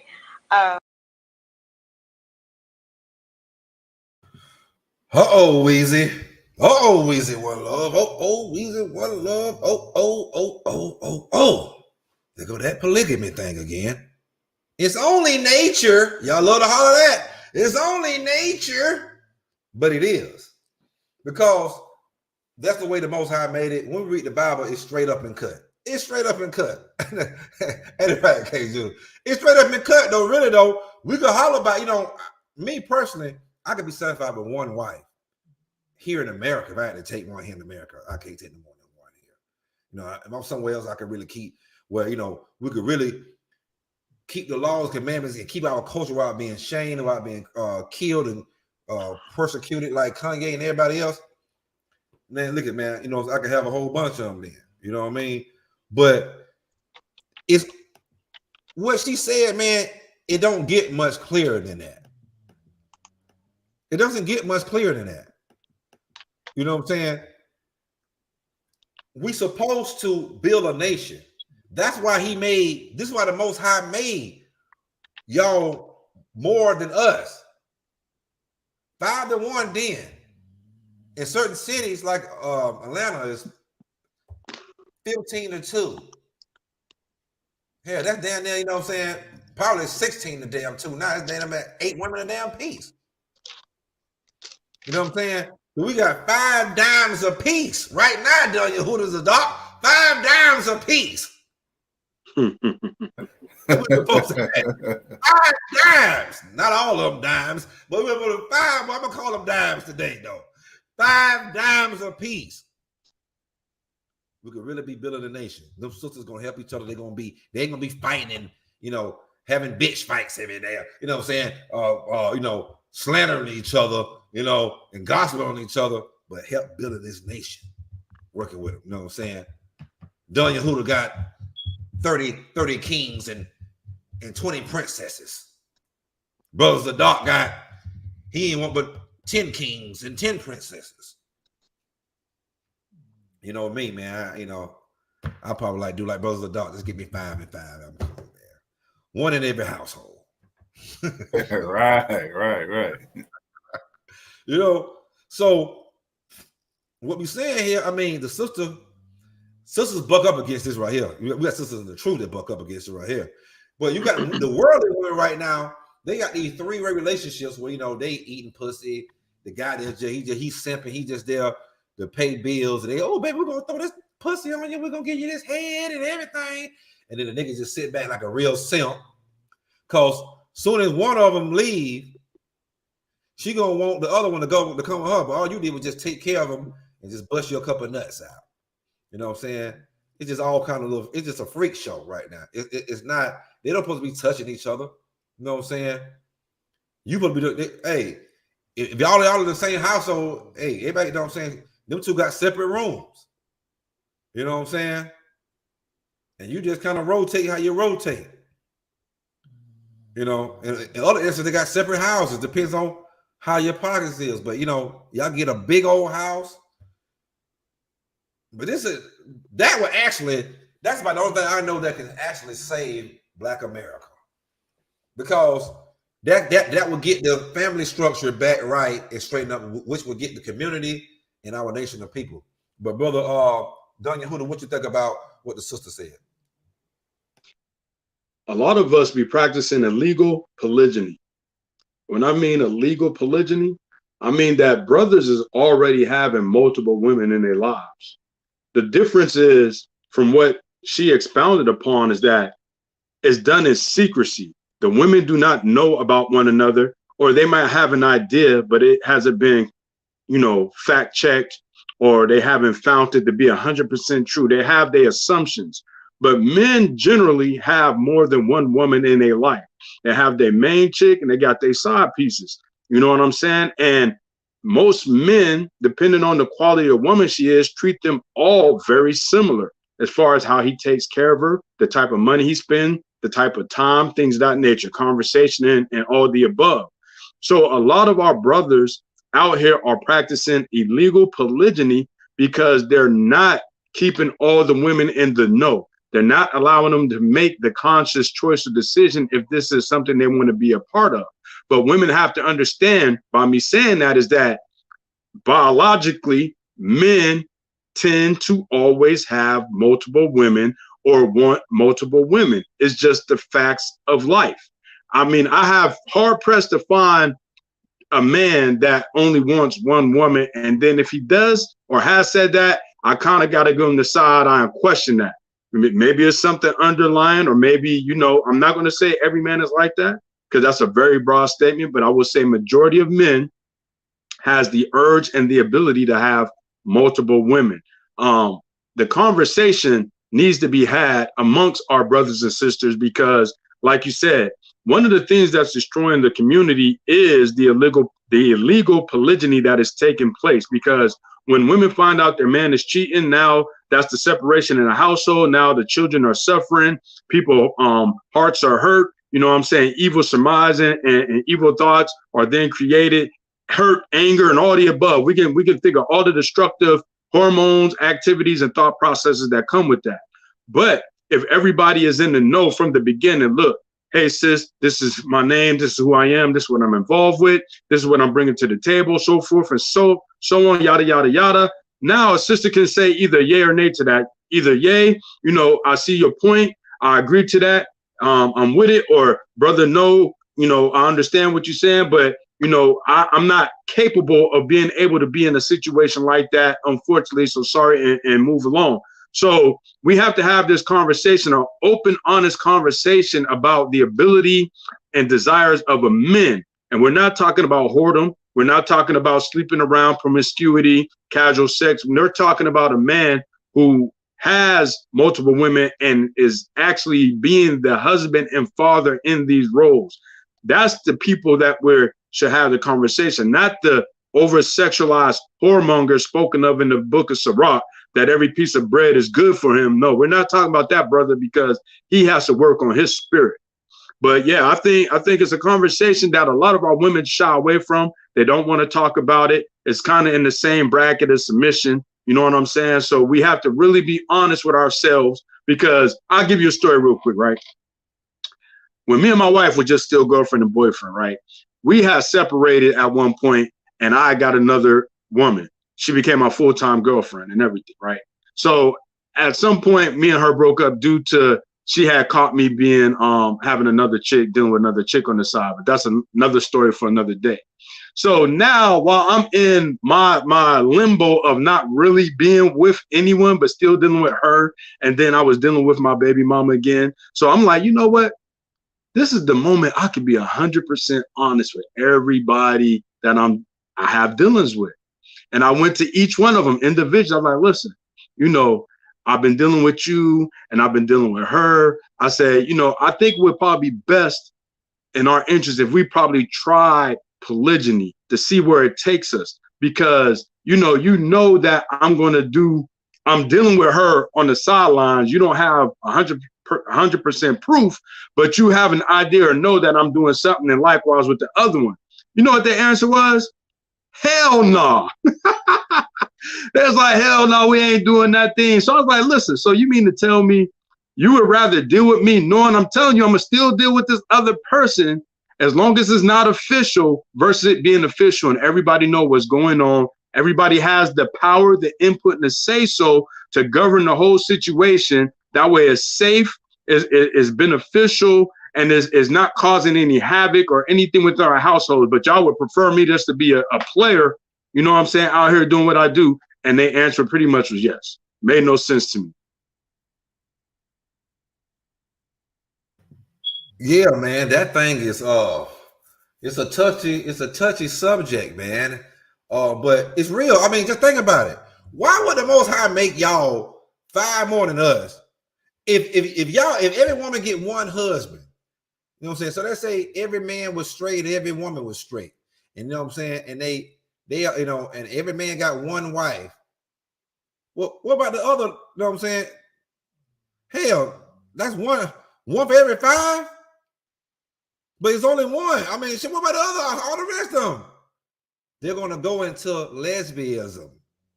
The Most High know what he's doing. This is why he said, no, y'all take multiple wives. I'm not gonna tell you how many to get. Y'all just get them till they all damn gone. That's how that works. You get them till they all gone. You know, but hey, man, well, these women don't want to hear that right there. Brothers of Dark, what you say about the woman, you know, Sister Ali say, hey, you know what I'm saying? You supposed to have multiple wives in righteousness. That, you know what I'm saying? Not a demon that deep down in your balls, you know. Yeah. Or what I call, you know what I'm saying? What I used to be a dick dumping demon. A dick dumping demon. Not that, but a righteous one. Go ahead, brother. Yeah, it's supposed to be done in righteousness. The man, you know, was basically trying to build his legacy, whether it be, you know, by the children, you know, economic reasons, you know, for reproduction, companionship and things of that nature. Also, just stability overall. That woman or those multiple wives, they weren't just, sitting around waiting and, outside the door and tap the door and then another one come in like you see on like Game of Thrones and all of that stuff, man. But it was she had a job to do. The one sister might have been really good in raising the kids, one really good in the kitchen, cooking and preparing the meals, and the other one good, different things. They had cattle. She might, how to deal with the animals and things of that nature. So there was a reason behind these multiple wives. It wasn't that they were bed wenches just laying around, waiting to get popped. Like it didn't work like that. It was always, societal purposes within that community. Now, not every brother could afford to do that. These were men who, were pretty prominent within the communities, had money and things of that nature. And not everybody could deal with multiple wives. I don't know what's going on with these Negroes today and a lot of the Hebrew Israelite communities that ain't got two pennies to rub together, but want to lay down with multiple women and have multiple wives. Nothing written in paper, or just going by the Bible said. They have no understanding. That's why they don't understand the scriptures. They just they want to they're just basically led away by their own lust. They only thinking of it for sexual purposes. That Negro don't even know how to plant a garden, man. He can't plant a garden, man. He can't chop a chicken head off, and clean the chicken and he can't do nothing, but he focused on multiple. I can't stand seeing a lot of these camps, man, sit up there and talk about multiple wives, man, and not doing the damn thing. Right. You know what I'm saying? Like not doing nothing for their nation, man. And it's just they living off of the woman. The woman got a real good job, man. I ain't throwing no names out there, but I'm pretty sure you know what I'm talking about. When some of these women, man, got real good job, lawyers, and them this, that, and the third. But it's like, bruh, what are you doing? You make a couple tapes, a little music here and there. You're like, come on, man. Nah, you that's not nation building, man. So a lot of people need to get it together and understand and settle down, fix yourself, right? Get that nigga mindset corrected and deal with that one woman first. Learn how to deal with your spirit and learn how to correct her spirit and deal with her and get her on the right path in your family before you start worrying about multiple women and multiple children. Hell, you got children in the world you ain't even take care of nothing. What's wrong with you? Right. And it's like our brother Moshe said, damn bumites. Because the Bible, the scriptures teach of you got to have money to take care of your household. So none of all our forefathers that had multiple wives, and there was many that had. It wasn't just kings, but it was also men who had money, prosperous men, and you have to have money to take care of multiple families. See what a lot of these camp congregations do. They have multiple wives, but the wives taking care of them. Some of the wives ain't working here. I know I ain't gonna call out no names, but I know some of these leaders that wives are not working. The wives are on Section 8. The man, he ain't working. He just, on the street, bringing the word out or whatever, getting donations here and there, and got all these women out here either working or getting Section 8 and, basically taking care, of him. They might, the wife might be staying in different cities. They might be in the same city. They might be, different households. Some of them he might have in the same household, but, it's just wicked, And these wives, and I seen one, I don't know if it's a real brother or not, man. It was on Instagram a couple of years ago where he had some chick. I don't know if they was just new to the truth, but they was trying to recruit a wife for bisexual activities, for sexual activities. The wife said that she's bisexual and they wanted another woman, bisexual woman. And I seen a bunch of brothers and sisters was like trying to rebuke him, like, hey, we don't do that in Israel. But it was just funny, like, damn, they'll try to bring that shit in. Because it's too many women and not enough men. This is why the Most High made it this way. Too many, not enough. Not enough men. So we have to have multiple wives. And the wife and new women got to understand, I ain't saying you have to, but I'm saying we as a nation, it got to get filled up. Because you're gonna have a whole bunch of women with no man, And what they're gonna do? They're gonna get into homosexuality. That's the only thing that's next. Right. I think I'm gonna plug in one thing, and another thing is too, heading on that topic of the man.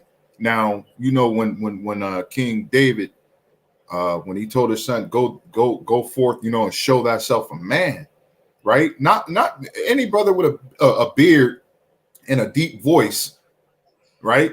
That don't make him a man. A man is a man for one. You're gonna marry that sister. You're gonna take care of your family. You are going to be the provider.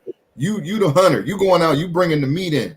So the scripture even tell you, man, a man don't work, he don't eat, right? And one that don't provide for his household is worse than an infidel. So it takes a lot that encompasses a man. Anybody could just look at somebody in the physicality standpoint of it and say, oh, that's a man right there. No, you're going to know a real man when you see a real man. I'm telling you, these sisters out here too, because these sisters out here be thinking they got a man. No, you don't got a man. You got a male counterpart with a childlike mind state. He's not a man. A Pookie and a Ray Ray. He's not a man. A man is going to do everything in his power. I don't care if he fell flat on his face. He going to go out there and rake leaves, shovel snow, collect cans. He gonna do what he got to do if he fell short to take care of his family. That's a man. A man is gonna teach his woman also these scriptures, man. He gonna get her mind right, spiritually, righteously. He gonna have her walking. The whole household gonna be walking in righteousness. He's not gonna play no games. He's not gonna simp for the woman because she got a nice body and oh baby, you know you dress up real nice on the Sabbath. Like, you know, I'll go ahead and do this. No, he's always going to correct and get his household in order. That's a real man. Let me ask my brother K. Judah. So K. Judah be fighting against that. K. Judah fight against that thing, but worse than all is easy, man. K. Judah, let me ask you a question, my good brother K. Judah.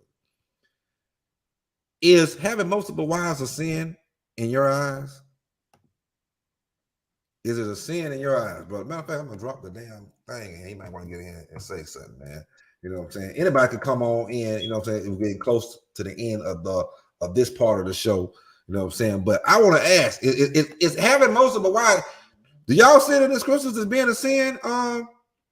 Brother Dark Yehuda? I mean, I obviously not, because y'all just said what you just said. No, I really don't. I don't think. I really. It's not. I mean, it's right in there. It's not a sin. It's not for everybody, though. It's not for everybody, and it's not a sin. There's nowhere where it's written in the Torah and says, "Thou shalt not have multiple wives." If it's there and it's in some type of other form, then I'll stand corrected if somebody can bring it out. But I don't see it. Yeah, I don't think it's a sin either. I haven't read that in the scripture. It's not for everybody. I do understand that. I'm not telling. I don't think none of the other brothers, Yehuda, we're not telling, you know, the black woman that she has to accept her, because it has to be a mutual thing. Like the sister said right here, she said that I had a brother get mad at me because I wasn't down for being a multiple wife, and you know, and that's your choice. And it's also the man's choice. He doesn't, you know, like I said, if I were to have one over here in America, it'd just be one. You know what I'm saying? I don't think I could take two, because it's just too much. It's just too much. But you know, no, the American Negro ain't ready. The Americanized Negro man is not ready for multiple wives. Absolutely not. She ain't ready for that. She ain't ready for that lifestyle either. Right, because we got to get the homosexuality out first before you can start doing all that type of stuff. It'd be too much lusting going on. You know what I'm saying? These women is munching, and these men is hunching. Munching and hunching. Yeah, you know what? I be on some polygyny sites, right? And this is what I'm gonna tell you, and I'm gonna say why I agree that most of our people are not ready for polygyny is that I see on these sites that they have a lot of same-sex situations going on. They have the women making love with each other while the man is there trying to make love with both of them, type of situation. We know according to Torah that that is not accurate. That's not exactly right. You know what I'm saying? A woman is not supposed to lay down with a woman, just like a man not supposed to lay down with a man. So even though you may have 2 or more wives, they're not supposed to lay down with one another. That's not supposed to be your pleasure thing, your pleasure feel that, okay, we all laying in the same bed, making love together. No, that's not what it's hitting for.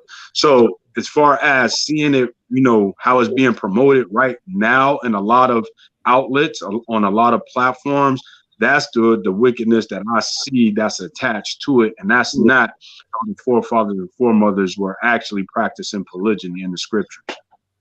Come on. Shalom, brother. Good brother K. Jordan, how you doing today? Salute, my brethren. Big salute. Shalom, big bro. Shalom to every last one of y'all. Shabbat shalom. Now, brother Don Yehuda, what I wanted to ask was your opinion on the on what the sister was talking about, and just because I think you might have been on the show one time. We went over. Yeah, you was on the show. We had controversial and deep conversations series when we talked about, you know, polygamy and stuff. And but what do you think about what the sister said, and just it overall? You know what I'm saying? Like, do you think it's a bad idea? Do you think it's a sin? Do you think it's righteous? But we should, you know, it's up to the individual. What you think about it?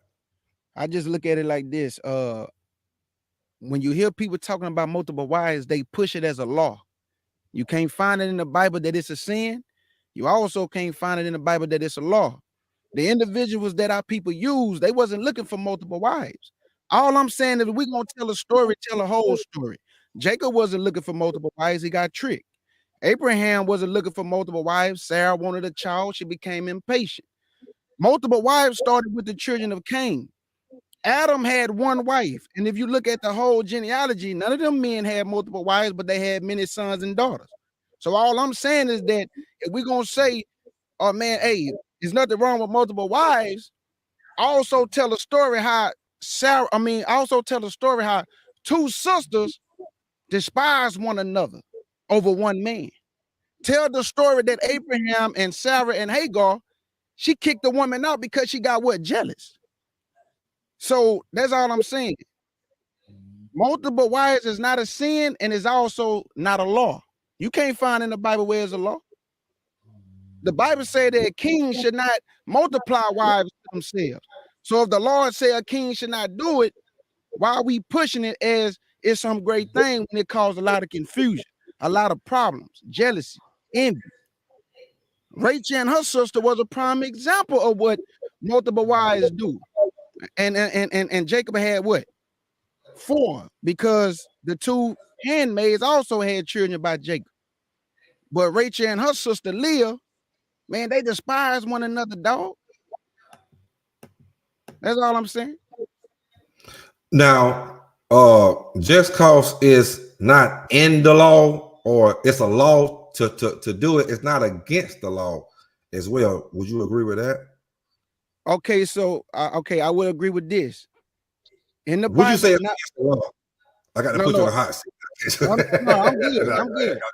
Go ahead, brother. Go ahead. In the book of Deuteronomy, did not the Lord say a king should not multiply wives to himself? He said it out of his mouth, right? Mm-hmm. So that came out his mouth. Why he didn't want them to do it? Why he didn't want no king to multiply wives? How can a man with many women focus on the business of God? Right. That's true. Can I ask you a question also, K. Judah? Already. Now, in the laws, would you say the laws are broken down for specific groups of people within Israel? Absolutely. Like the Levitical priesthood had a set of different things from the other tribes. So yeah, absolutely. Okay. So the reason I asked that, because that scripture you pulled, that beautiful scripture, I believe it's in Deuteronomy, 17 and 15, I believe. Yeah, 17.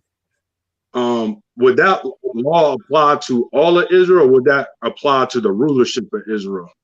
And I'm just asking, he said the hot seat. I'm just asking just for clarity, just for the viewers and those who might not know what we may be speaking of. Oh no, I got you. He said the king. He said whoever was in the rulership at the time, he was talking about the king, right? But like I keep telling people, if a man want multiple wives, cool, but don't tell people it's a law. That's all I'm saying. Right. A man has a right to do it. I'm not telling the man, but don't beat it down people's throat and say it's a law in the Bible that man could. No. The Most High allowed it to be. Just say that. Say the Most High allowed it to be. Don't say it's a law, because then now somebody gonna say, well, can you show me where's a law, brother? And then you can go show where's a law, but you also can't show where it's sin, because it's not sin. But also show the other scope that it causes confusion. If I had 5 women, you really believe I could be teaching the Bible? That's too many distractions, brother. Too many kids, too many women in my ear. I can't handle the Lord's business. So what did he tell us in the New Testament? He say a man that's a bishop, which we know is a preacher, or a deacon, who we know is a preacher, he must have one woman. And I understand why, because you can focus and handle God's business when you're dealing with one woman. But if a man want multiple wives, bro, do your thing. But I'm telling you, I'm a teacher of the word. I can't deal with no multiple women, bro. I just can't. Is it right. Okay, Judah. And I don't know. I mean, well, not Judah, but just everybody out there. We're not saying that.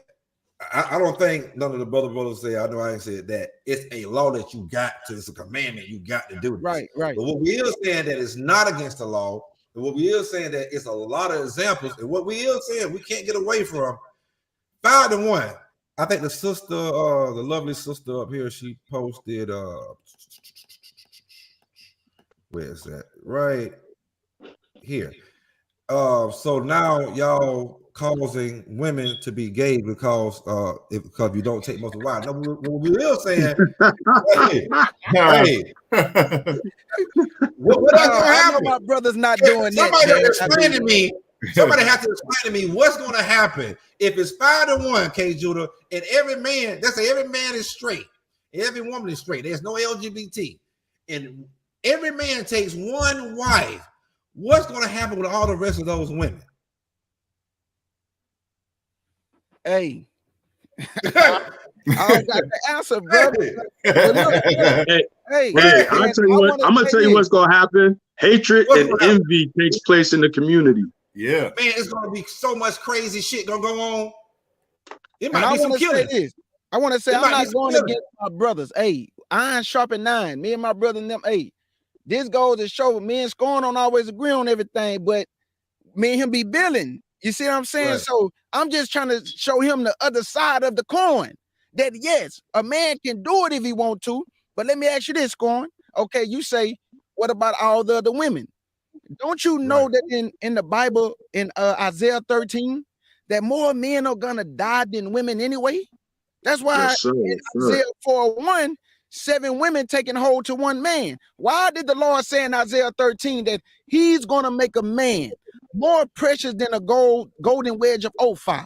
Brother, we don't know what no Ophir look like. That means men would be rare. It would be rare. So even if a man take multiple wives, why is the Lord killing so many men? Why? Right. And these women are even to this man, not for multiple wives, but for protection. It has nothing. The woman say, I got my own food, I got my own raiment. Just let me be called by your last name. Protection. Take away that reproach. Right. That hatred. Yeah. Right. But I want everybody out there to know I am not coming up against my brother Scorn, my brother.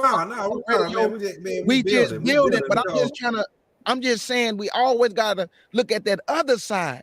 What do multiple wives cause? Every side. It cause confusion. It really do. If I may just interject, everybody that's watching that don't know and might be seeing this podcast for the first time, definitely go over to the brother K Judah Show, CUCFOPE YouTube channel. That brother has some fiery topic, and he's bringing out the scripture. So definitely go over K Judah Show, CUCFOPE. That's yes, it, sir. Yes, Y'all sir. make sure y'all support my brothers on this panel too. You know, please. Support is everything, family. Yes, really, sir. Yes, sir. Support is everything. Okay, Yeah, but Sadak, you asked me a good question, and I ain't gonna lie, bro. I don't got the answer for, what about those other women? And like I always say, what I respect about you, bro, is that you don't say what we think you should say. I respect it. You don't think how I said that same thing about Short Sham when a lot of people was coming at Short Sham neck. I mean, for about 3 days, Short Sham, he was going through it, bro. And I said that, bro, he don't think how y'all think he should think. That's why I respect the brother. That's why I respect y'all three brothers. You're not gonna say what sound good to appease the audience. You're gonna say what the truth is, and what that truth is from you, from your opinion standpoint, and from the biblical standpoint. So I can't do nothing but respect it. Right. I can't do nothing but respect it. So I salute all three of y'all, man, from the heart. And I think that you know, one of the things that's going to make a man, one of the reasons why a man going to be like a real man going to be like fine gold, because they're going to be hardly no real men left. There's going to be a lot of homosexuals, a lot of Pookie and Ray Rays. Yeah, there's going to be a whole lot. So it's going to be a lot of men dead, and like we already outnumbered right now.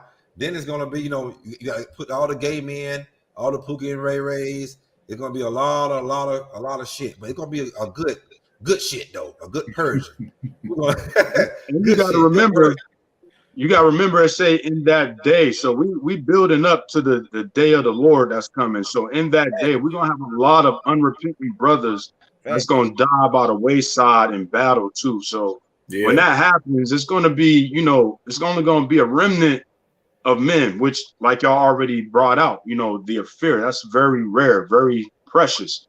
So once these brothers is caught up in the gaveling and they cut down in the day of the Lord, I mean, there's nothing else for them sisters to do. You know what I'm saying? Like you said, they're gonna need protection. They're gonna be needed to be called by the house of a man, so that way there's a level of possessing, because you know when somebody come across women, especially in times where there's chaos, you know, there's anarchy and all that, you know, there's got to be a level of protection for the sisters, because you know men at a base level do base things. Right, facts. Yeah, and every man ain't made to be a bishop or a deacon. Everybody ain't made to be, you know, that's teacher, true you know too. That's true too, my brother. So, you know, everybody wanted teachers and you know and you know pastors and deacons and preachers and stuff. That's so right. they had, you know, that's right. You got to have a congregation. You know what I'm saying? Yeah. And so it all works itself out. You know what I'm saying? Yeah. This is gonna always be a good touchy subject to talk about it. We're gonna touch on it maybe in future shows, maybe on, you know, on the controversial deep biblical breakdown series. We may bring it back up. Get the brother Ashdala Rala, get him on here to talk about it, since he got a whole channel about it. But let's play the little last part of this. He have a whole channel about multiple wives. Yeah, called Polygamy by BSP. Yeah, okay. Yeah, I'll send you the link to his channel. Okay, I'll send you the link. All right, I'm gonna play this little I last. love this woman though. I love her, man. Yeah, me too, man. She just brings truth, and she don't give a damn. She fine.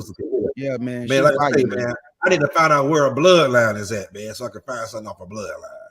You know how we do it down south, man. Oh, man, you got a pit bull over here. Let me get that bloodline right. I need to come off a bloodline, man. Oh, shit. The effectiveness of the principles that I just described, their usefulness has not diminished just because modern opinion has changed about them. There is not a black man in this room who does not still enjoy it if his woman bake him a cake. Hold on, calm, bro. Our young daughters are being raised and taught that that's old style and that's out of fashion. I don't mean to stop you, but We are not making those rules. Somebody else is, and they're imposing them on us.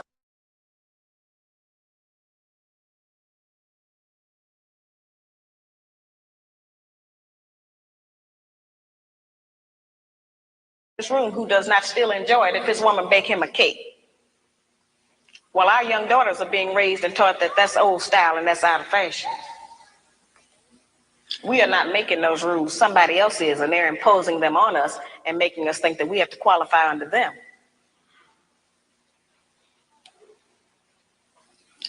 I tell the brothers, just like I tell the sisters, if you have a woman that you've been working with for months or years, and you can't get that woman to get in agreement with your program, then get rid of her and get another one. And I tell the sisters the same thing. If you're with a man you can't agree with, don't make his life miserable. Get with a man you can agree with. But we spend too much time living in hell with each other. We spend too much time tearing each other down, trying to make the other person do different function different. If you want somebody to change, first change yourself. We set the example. We are the teacher. We are the mother. We set the example.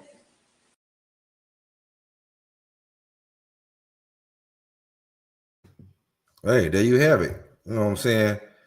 Y'all set the example. You know what I'm saying? We just try to, you know what I'm saying, come along and we try to set the example for y'all, and y'all set the example for the kids.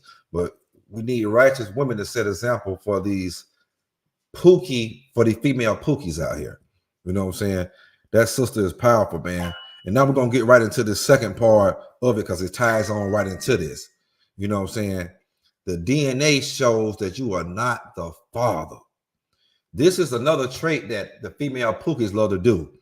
They want to pick a good man to be the father, but you don't have that baby from that goddamn little Pookie Ray Ray nigga. You know what I'm saying? Because you a Pookie Ray Ray female.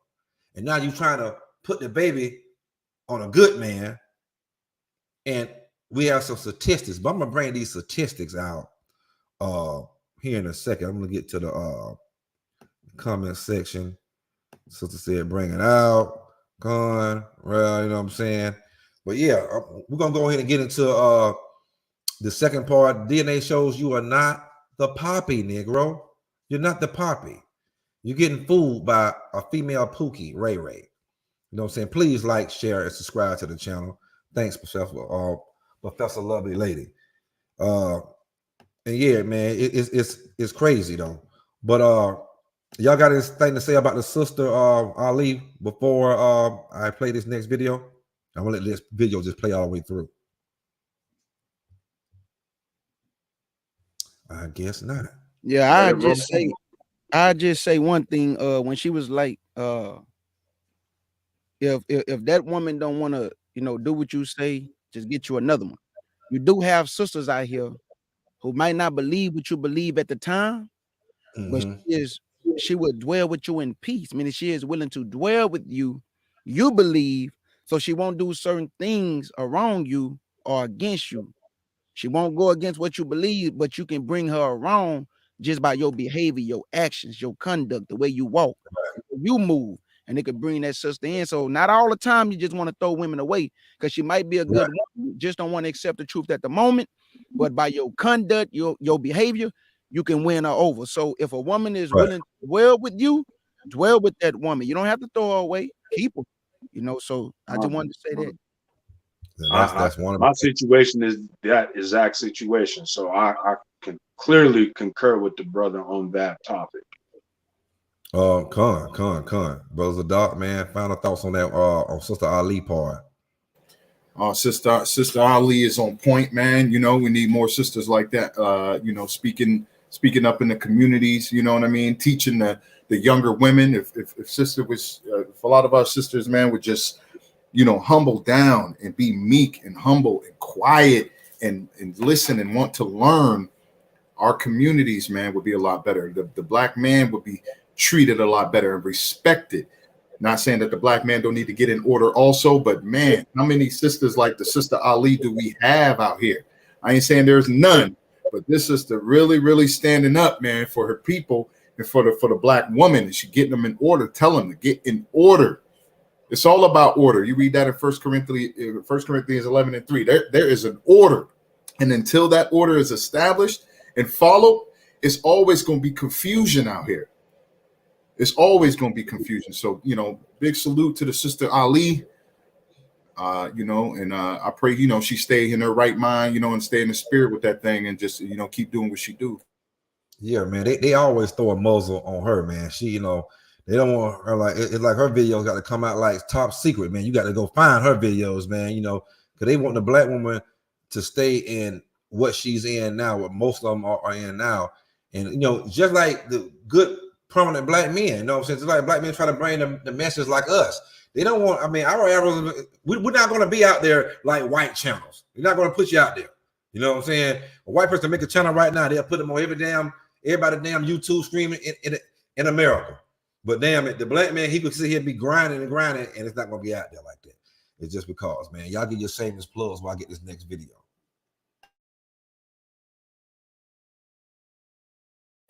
Yes, don't forget, family, go over and subscribe to the Scorned Black Man podcast. Don't forget to go over and subscribe and like and share on the Fire Talk Radio podcast with the brother Don Yehuda.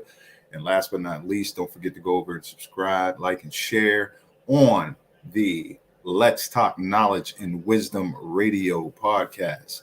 More content to come. And y'all enjoy the rest of the show. Have a good Shabbat.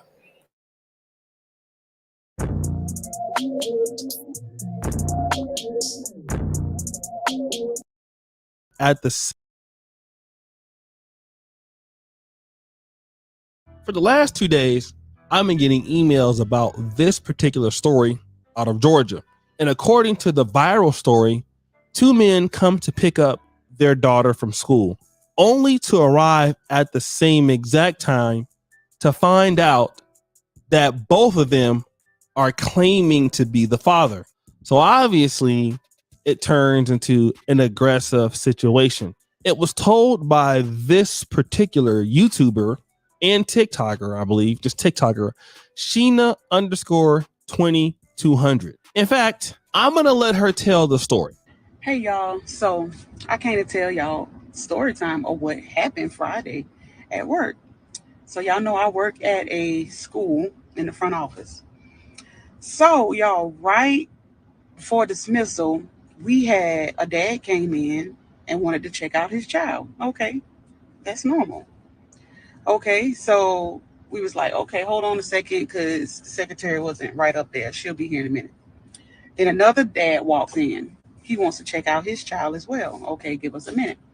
So she came back. She got his the child's name, told her the child name. Okay, she pulled it up, print out the slip, went ahead and asked the other dad his child name so he can pull out the slip. So she can print out the slip to call that child up, at the same time, just call everybody up. Got the child's name, and it was the same child's name, right? She was like, we got 2 kids in the school? Well, okay, let me pull it up. So she was like, this is the same child he just checked out. And so they both look at each other, and dad was like, why are you checking my child out? Who are you? And he was like, who are you? What you mean? I'm her dad. And so me and the secretary looked at each other. I was like, I'll be back. Let me go get the principal right now. Because, at this point, we need the principal. We need somebody to call the school officer. What is really going on here? So the principal comes to the front, and she was like, what's going on? Well, I'm here to check out my daughter. I'm here to check out my daughter, too. I don't even know who he is. And he's saying he here to check out my daughter. And so the principal's like, okay, let me get mom on the phone to come up here to, to see what's going on. So, I get the card for the principal to go ahead and call mom up, right? To see what's really going on. Now, this particular story got many views on TikTok. Many people said it was viral. But in fact, this is a story that's phony. But here is what is real. I want to play the second part of her confession. Okay, so now that we all know that this was a fictional story time, we can excuse the fact that I had at least 20 women or more in the comments of this viral video saying, this happened to me. I had 2 daddies that still to this day don't know about each other. Yeah, over 20. There's 20 or more women in my comments now. One person said their dad found out when she was 14, she told. One lady is 30, and she still says her dads don't know about each other. Somebody in the comments says their child now, they tell them to call the other dad. No, that's his name. No. So it doesn't make sense when the child is trying to explain what's to the other dad what's going on. This is crazy. So if it's gotten this bad, guys, I advise y'all to get a DNA test. Okay?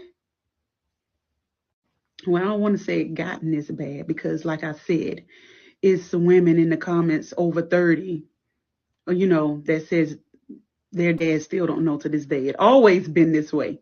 I guess we're just hearing more about it these days. But my story was made up.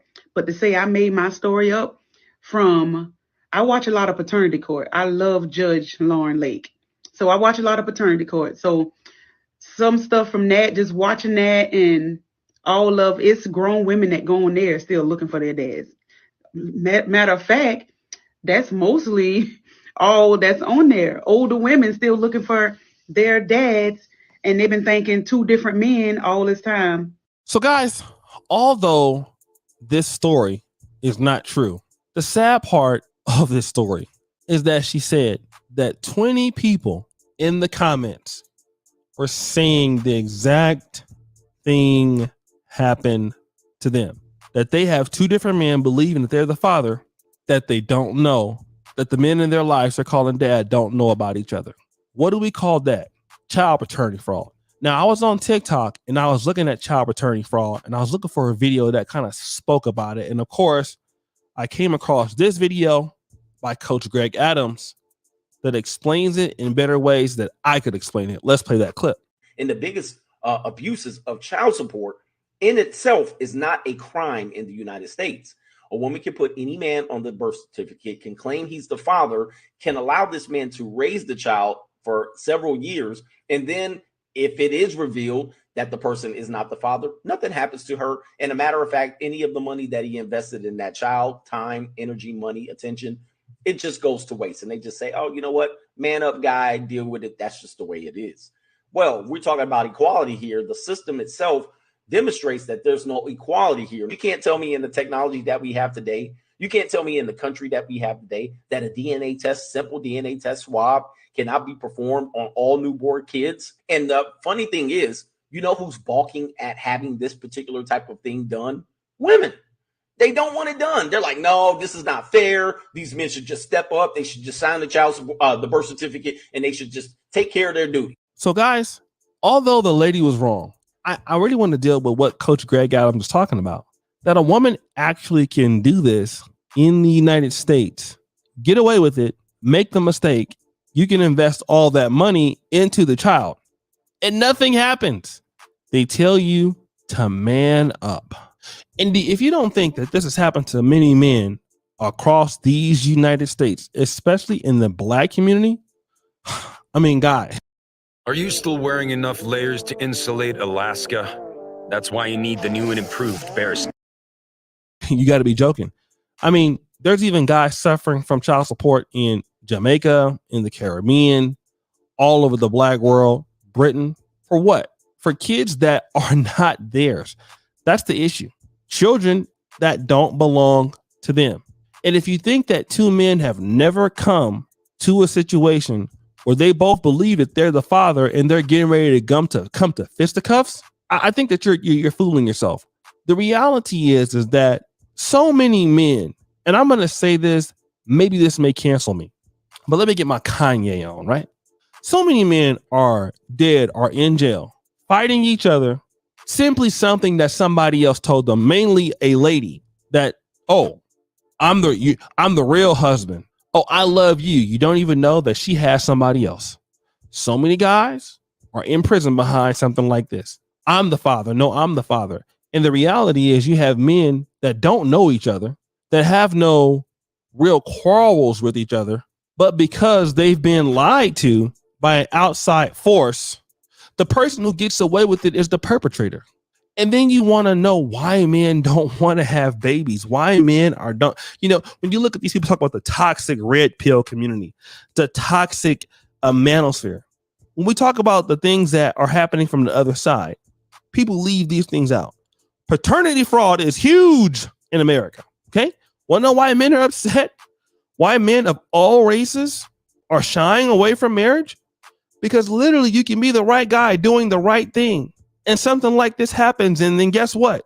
Nothing happens to the lady at all. She gets away with it all. And then you wonder why marriages are declining, why guys are against the institution.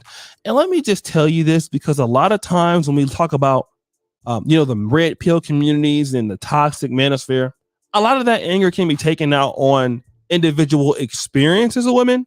But I'm going to say something that needs to be said. Governmental policies have made men hostile towards long-term relationships with the state regarding relationships with women. And that's something that I don't necessarily blame women for, because they're going to take advantage of it if they can. But I blame state governments and federal governments for what's going on. If you're going to be fair, if you're going to enforce correct laws, let it be more favorable towards the truth. I'm not even asking to be more favorable towards men. I'm asking to be more favorable towards the truth, because the state has turned so many men away from possible relationships with women, with wanting to be dealing with families. The state's done that, especially states like California. All right. Like, let's be real. California is literally broken men based off of its governmental policies. And when you look at the fact that you can do whatever you want to men and nothing happens, but if you're a guy and you happen to be on child support, you get broken, and oops, by the way, the kid isn't yours. That's the fundamental issue here. That's why the rise of the red pill rage, the manosphere has come about. Of course, guys are going to be upset, not necessarily with women individually, but the powers that be that have established what is the talk or the status quo of the day. Now, guys, what do you think? It's your boy. Oh, shit.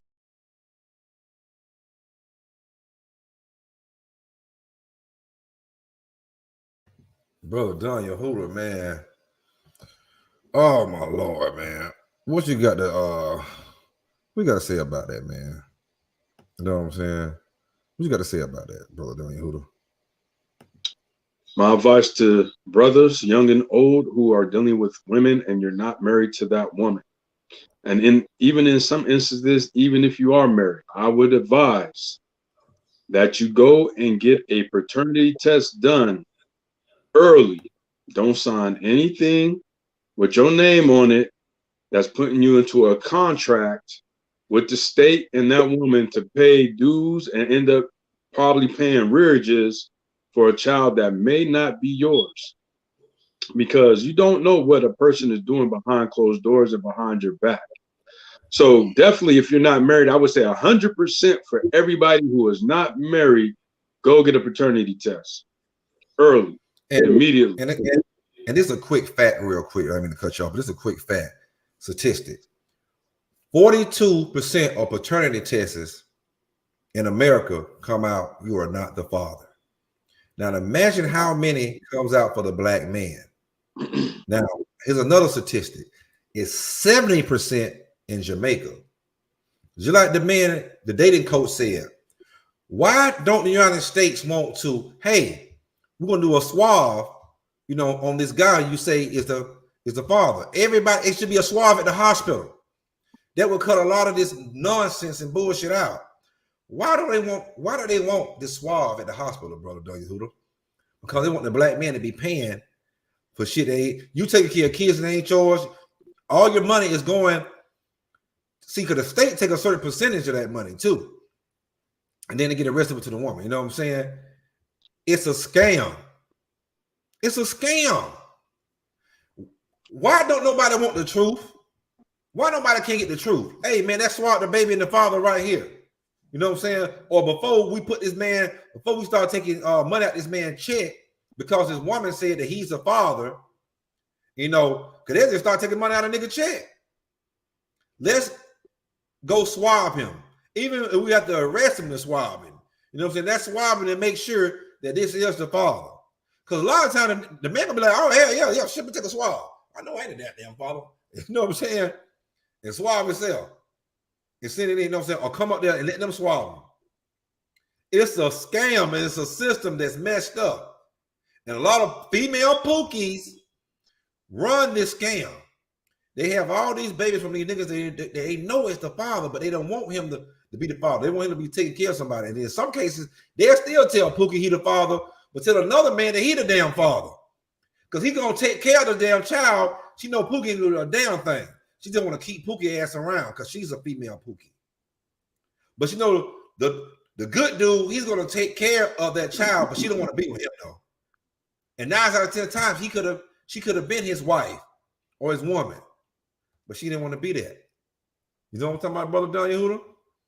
Definitely. You didn't even touch up on the aspect of the state double dipping, because they get some of that paternity, but what happens when the payments come late and then the rearages build up and then they come and arrest the man and put him in jail, and then on top of that, you got to pay the fine, you got to pay to get out, then they put you in a work work environment or work program in which now you got to pay your hard-earned money, not only to the paternity test, but to, if you're, you know, locked up and having to pay out of the prison for work experience, then you got to pay that also. So it's a lot of money that's being generated off of these paternity tests and the lack thereof finding the accurate father. Like you said, a lot of women do know that in most cases, the father that they're saying is the father is not the father. And if you don't know, sister, then that means you're doing too damn much. You need to fall back. You need to keep track of what's going on. And scripturally, you just need to not be fucking around with multiple dudes, period. That's just a point blank fact of the matter. Right. You know what I'm saying? That's like the sister Ali say, you know what I'm saying? You should be around here having different rods. Ain't no real man gonna go for that. You know what I'm saying? They know that. You know what I'm saying? Ain't no real man gonna go for a woman that has 1,000 dicks. Like we, you know, hey, baby, we good. You know what I'm saying? We, you know what I'm saying? We wonderful. You know what I'm saying? We ain't gonna beat this horse right here too much, but you know, y'all get the point. You know what I mean? America is corrupt. They don't want to know the truth. You know what I'm saying? The female Pookies, you're a part of white supremacy. Just pick a good man.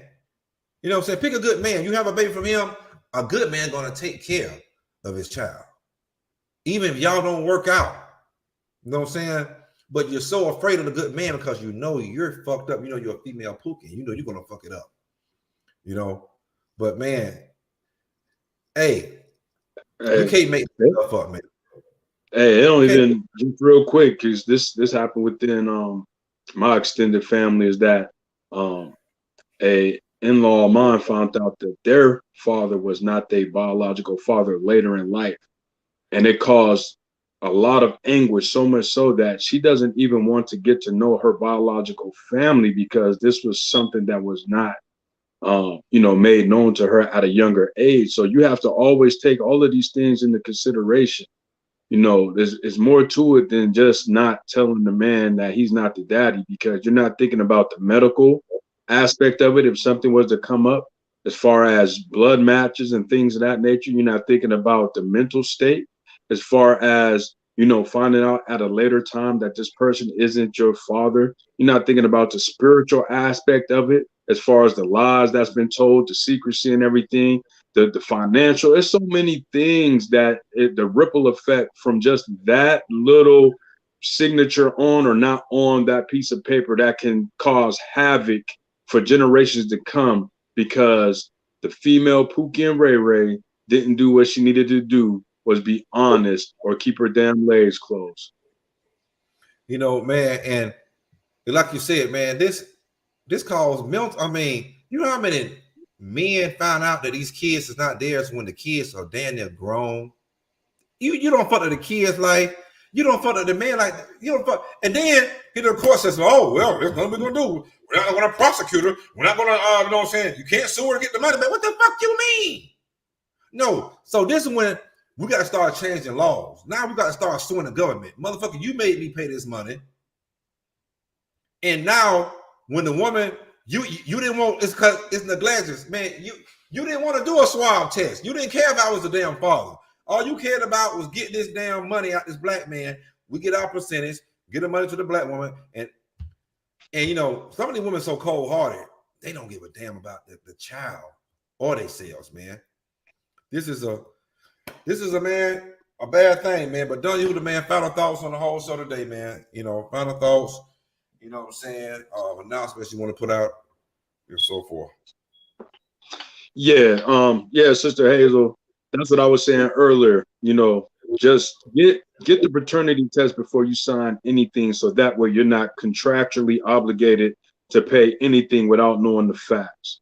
With that being said, another great show. I hope that any brothers and sisters that may have listened to the show or will listen to the show in the future, they get some edification off of this. I would say to all the women out there, the young women that's aspiring to be a woman, the sister Shahrazad Ali, I would say, listen to her. You ain't got to believe what she say, but listen to what she say.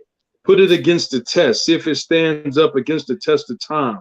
And I believe that you'll see what she's saying is not only scriptural, but is very prudent to the mindset and the livelihood of our sisters here in America and worldwide.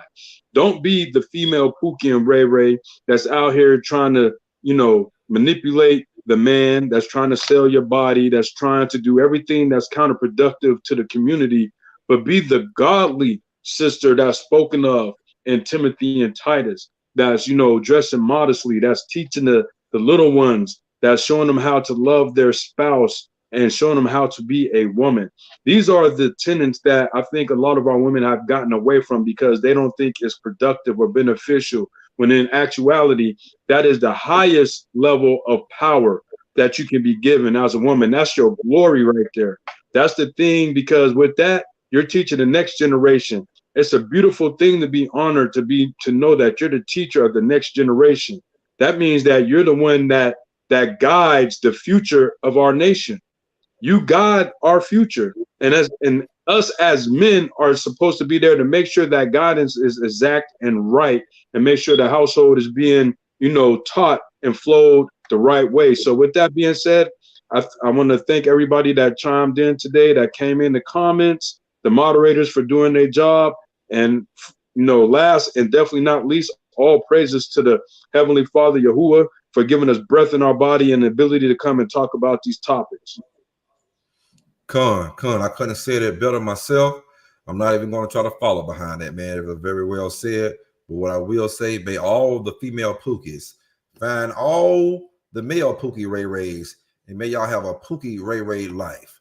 Stay the fuck away from real black men and real black women, real Negroes, real Hebrew Israelites, real woke Negroes. Stay the hell away from us. Get your own community, name it the city of Pookie and Ray Rays, the state of Pookie and Ray Rays, and have all the female Pookie and Ray Rays and all the male Pookie and Ray Rays, and y'all raise a bunch of little Pookie and Ray Rays. But man, listen, I'll give an announcement. Next show, we actually make it a change for next show. Next show will be White America, where's your accountability? And black men at the top of suicide in America. Once again, next week's show will be White America, where is your accountability? And black men at the top of the suicide in America. May y'all have a blessed and wonderful day. I'd like to shout out to all the wonderful sisters out there. There's too many of y'all to call, but y'all know y'all is Hazel, Professor Lady Lovely, Sister Henderson, or Weezy One Love. Who else? I mean, K Judah, Brother Moshe, Brother Nehemiah stopped in here earlier. We had so many people, you know what I'm saying? But once again, y'all hit the subscribe, like button here at the Scoring Black Man Podcast. Go to Brother Dunn Yehuda Fire Talk Radio Podcast, hit that subscribe button. Go to LTKW Radio Podcast. That's Let's Talk Knowledge and Wisdom Radio Podcast. Hit that subscribe button. And man, Brother Dunn Yehuda, we did it again, man. Hope we brought a wonderful show to y'all. Hope y'all enjoyed this. As we enjoy y'all coming over and watching it, you know what I'm saying? And let everybody know you're never not welcome. Everybody could come on the platform anytime and bring your knowledge, your thoughts. And our thoughts about the Brooklyn Nets condemning Kyrie, they always condemn Kyrie. I haven't seen the latest news. I think you might be talking about something that he might have on his hand tattoo, but Kyrie is another woke brother, and he don't give a damn. And we're going to support him. We're going to support Kanye. Even when Kanye say things that we might don't understand or don't even agree with, we're going to support our brothers and sisters. Because one thing the devil wants us to do is go against our own people. And everything the man has said has came to light. He said, you say something about you're an Israelite, they're going to try to take your money. They're going to condemn you, call you crazy, this, that, and the third. And so we know that's what they do. Some of our own family members call us crazy. Some of our own family members call us brainwashed. You know what I'm saying? They condemn us, but what we do? We can continue with this word and in our faith. So, shalom, brothers and sisters. Shalom out there. Once again, we do this for the streets and the biblical perspective. And peace and hair grease and love to everybody out there. Shalom, shalom, shalom. Shalom.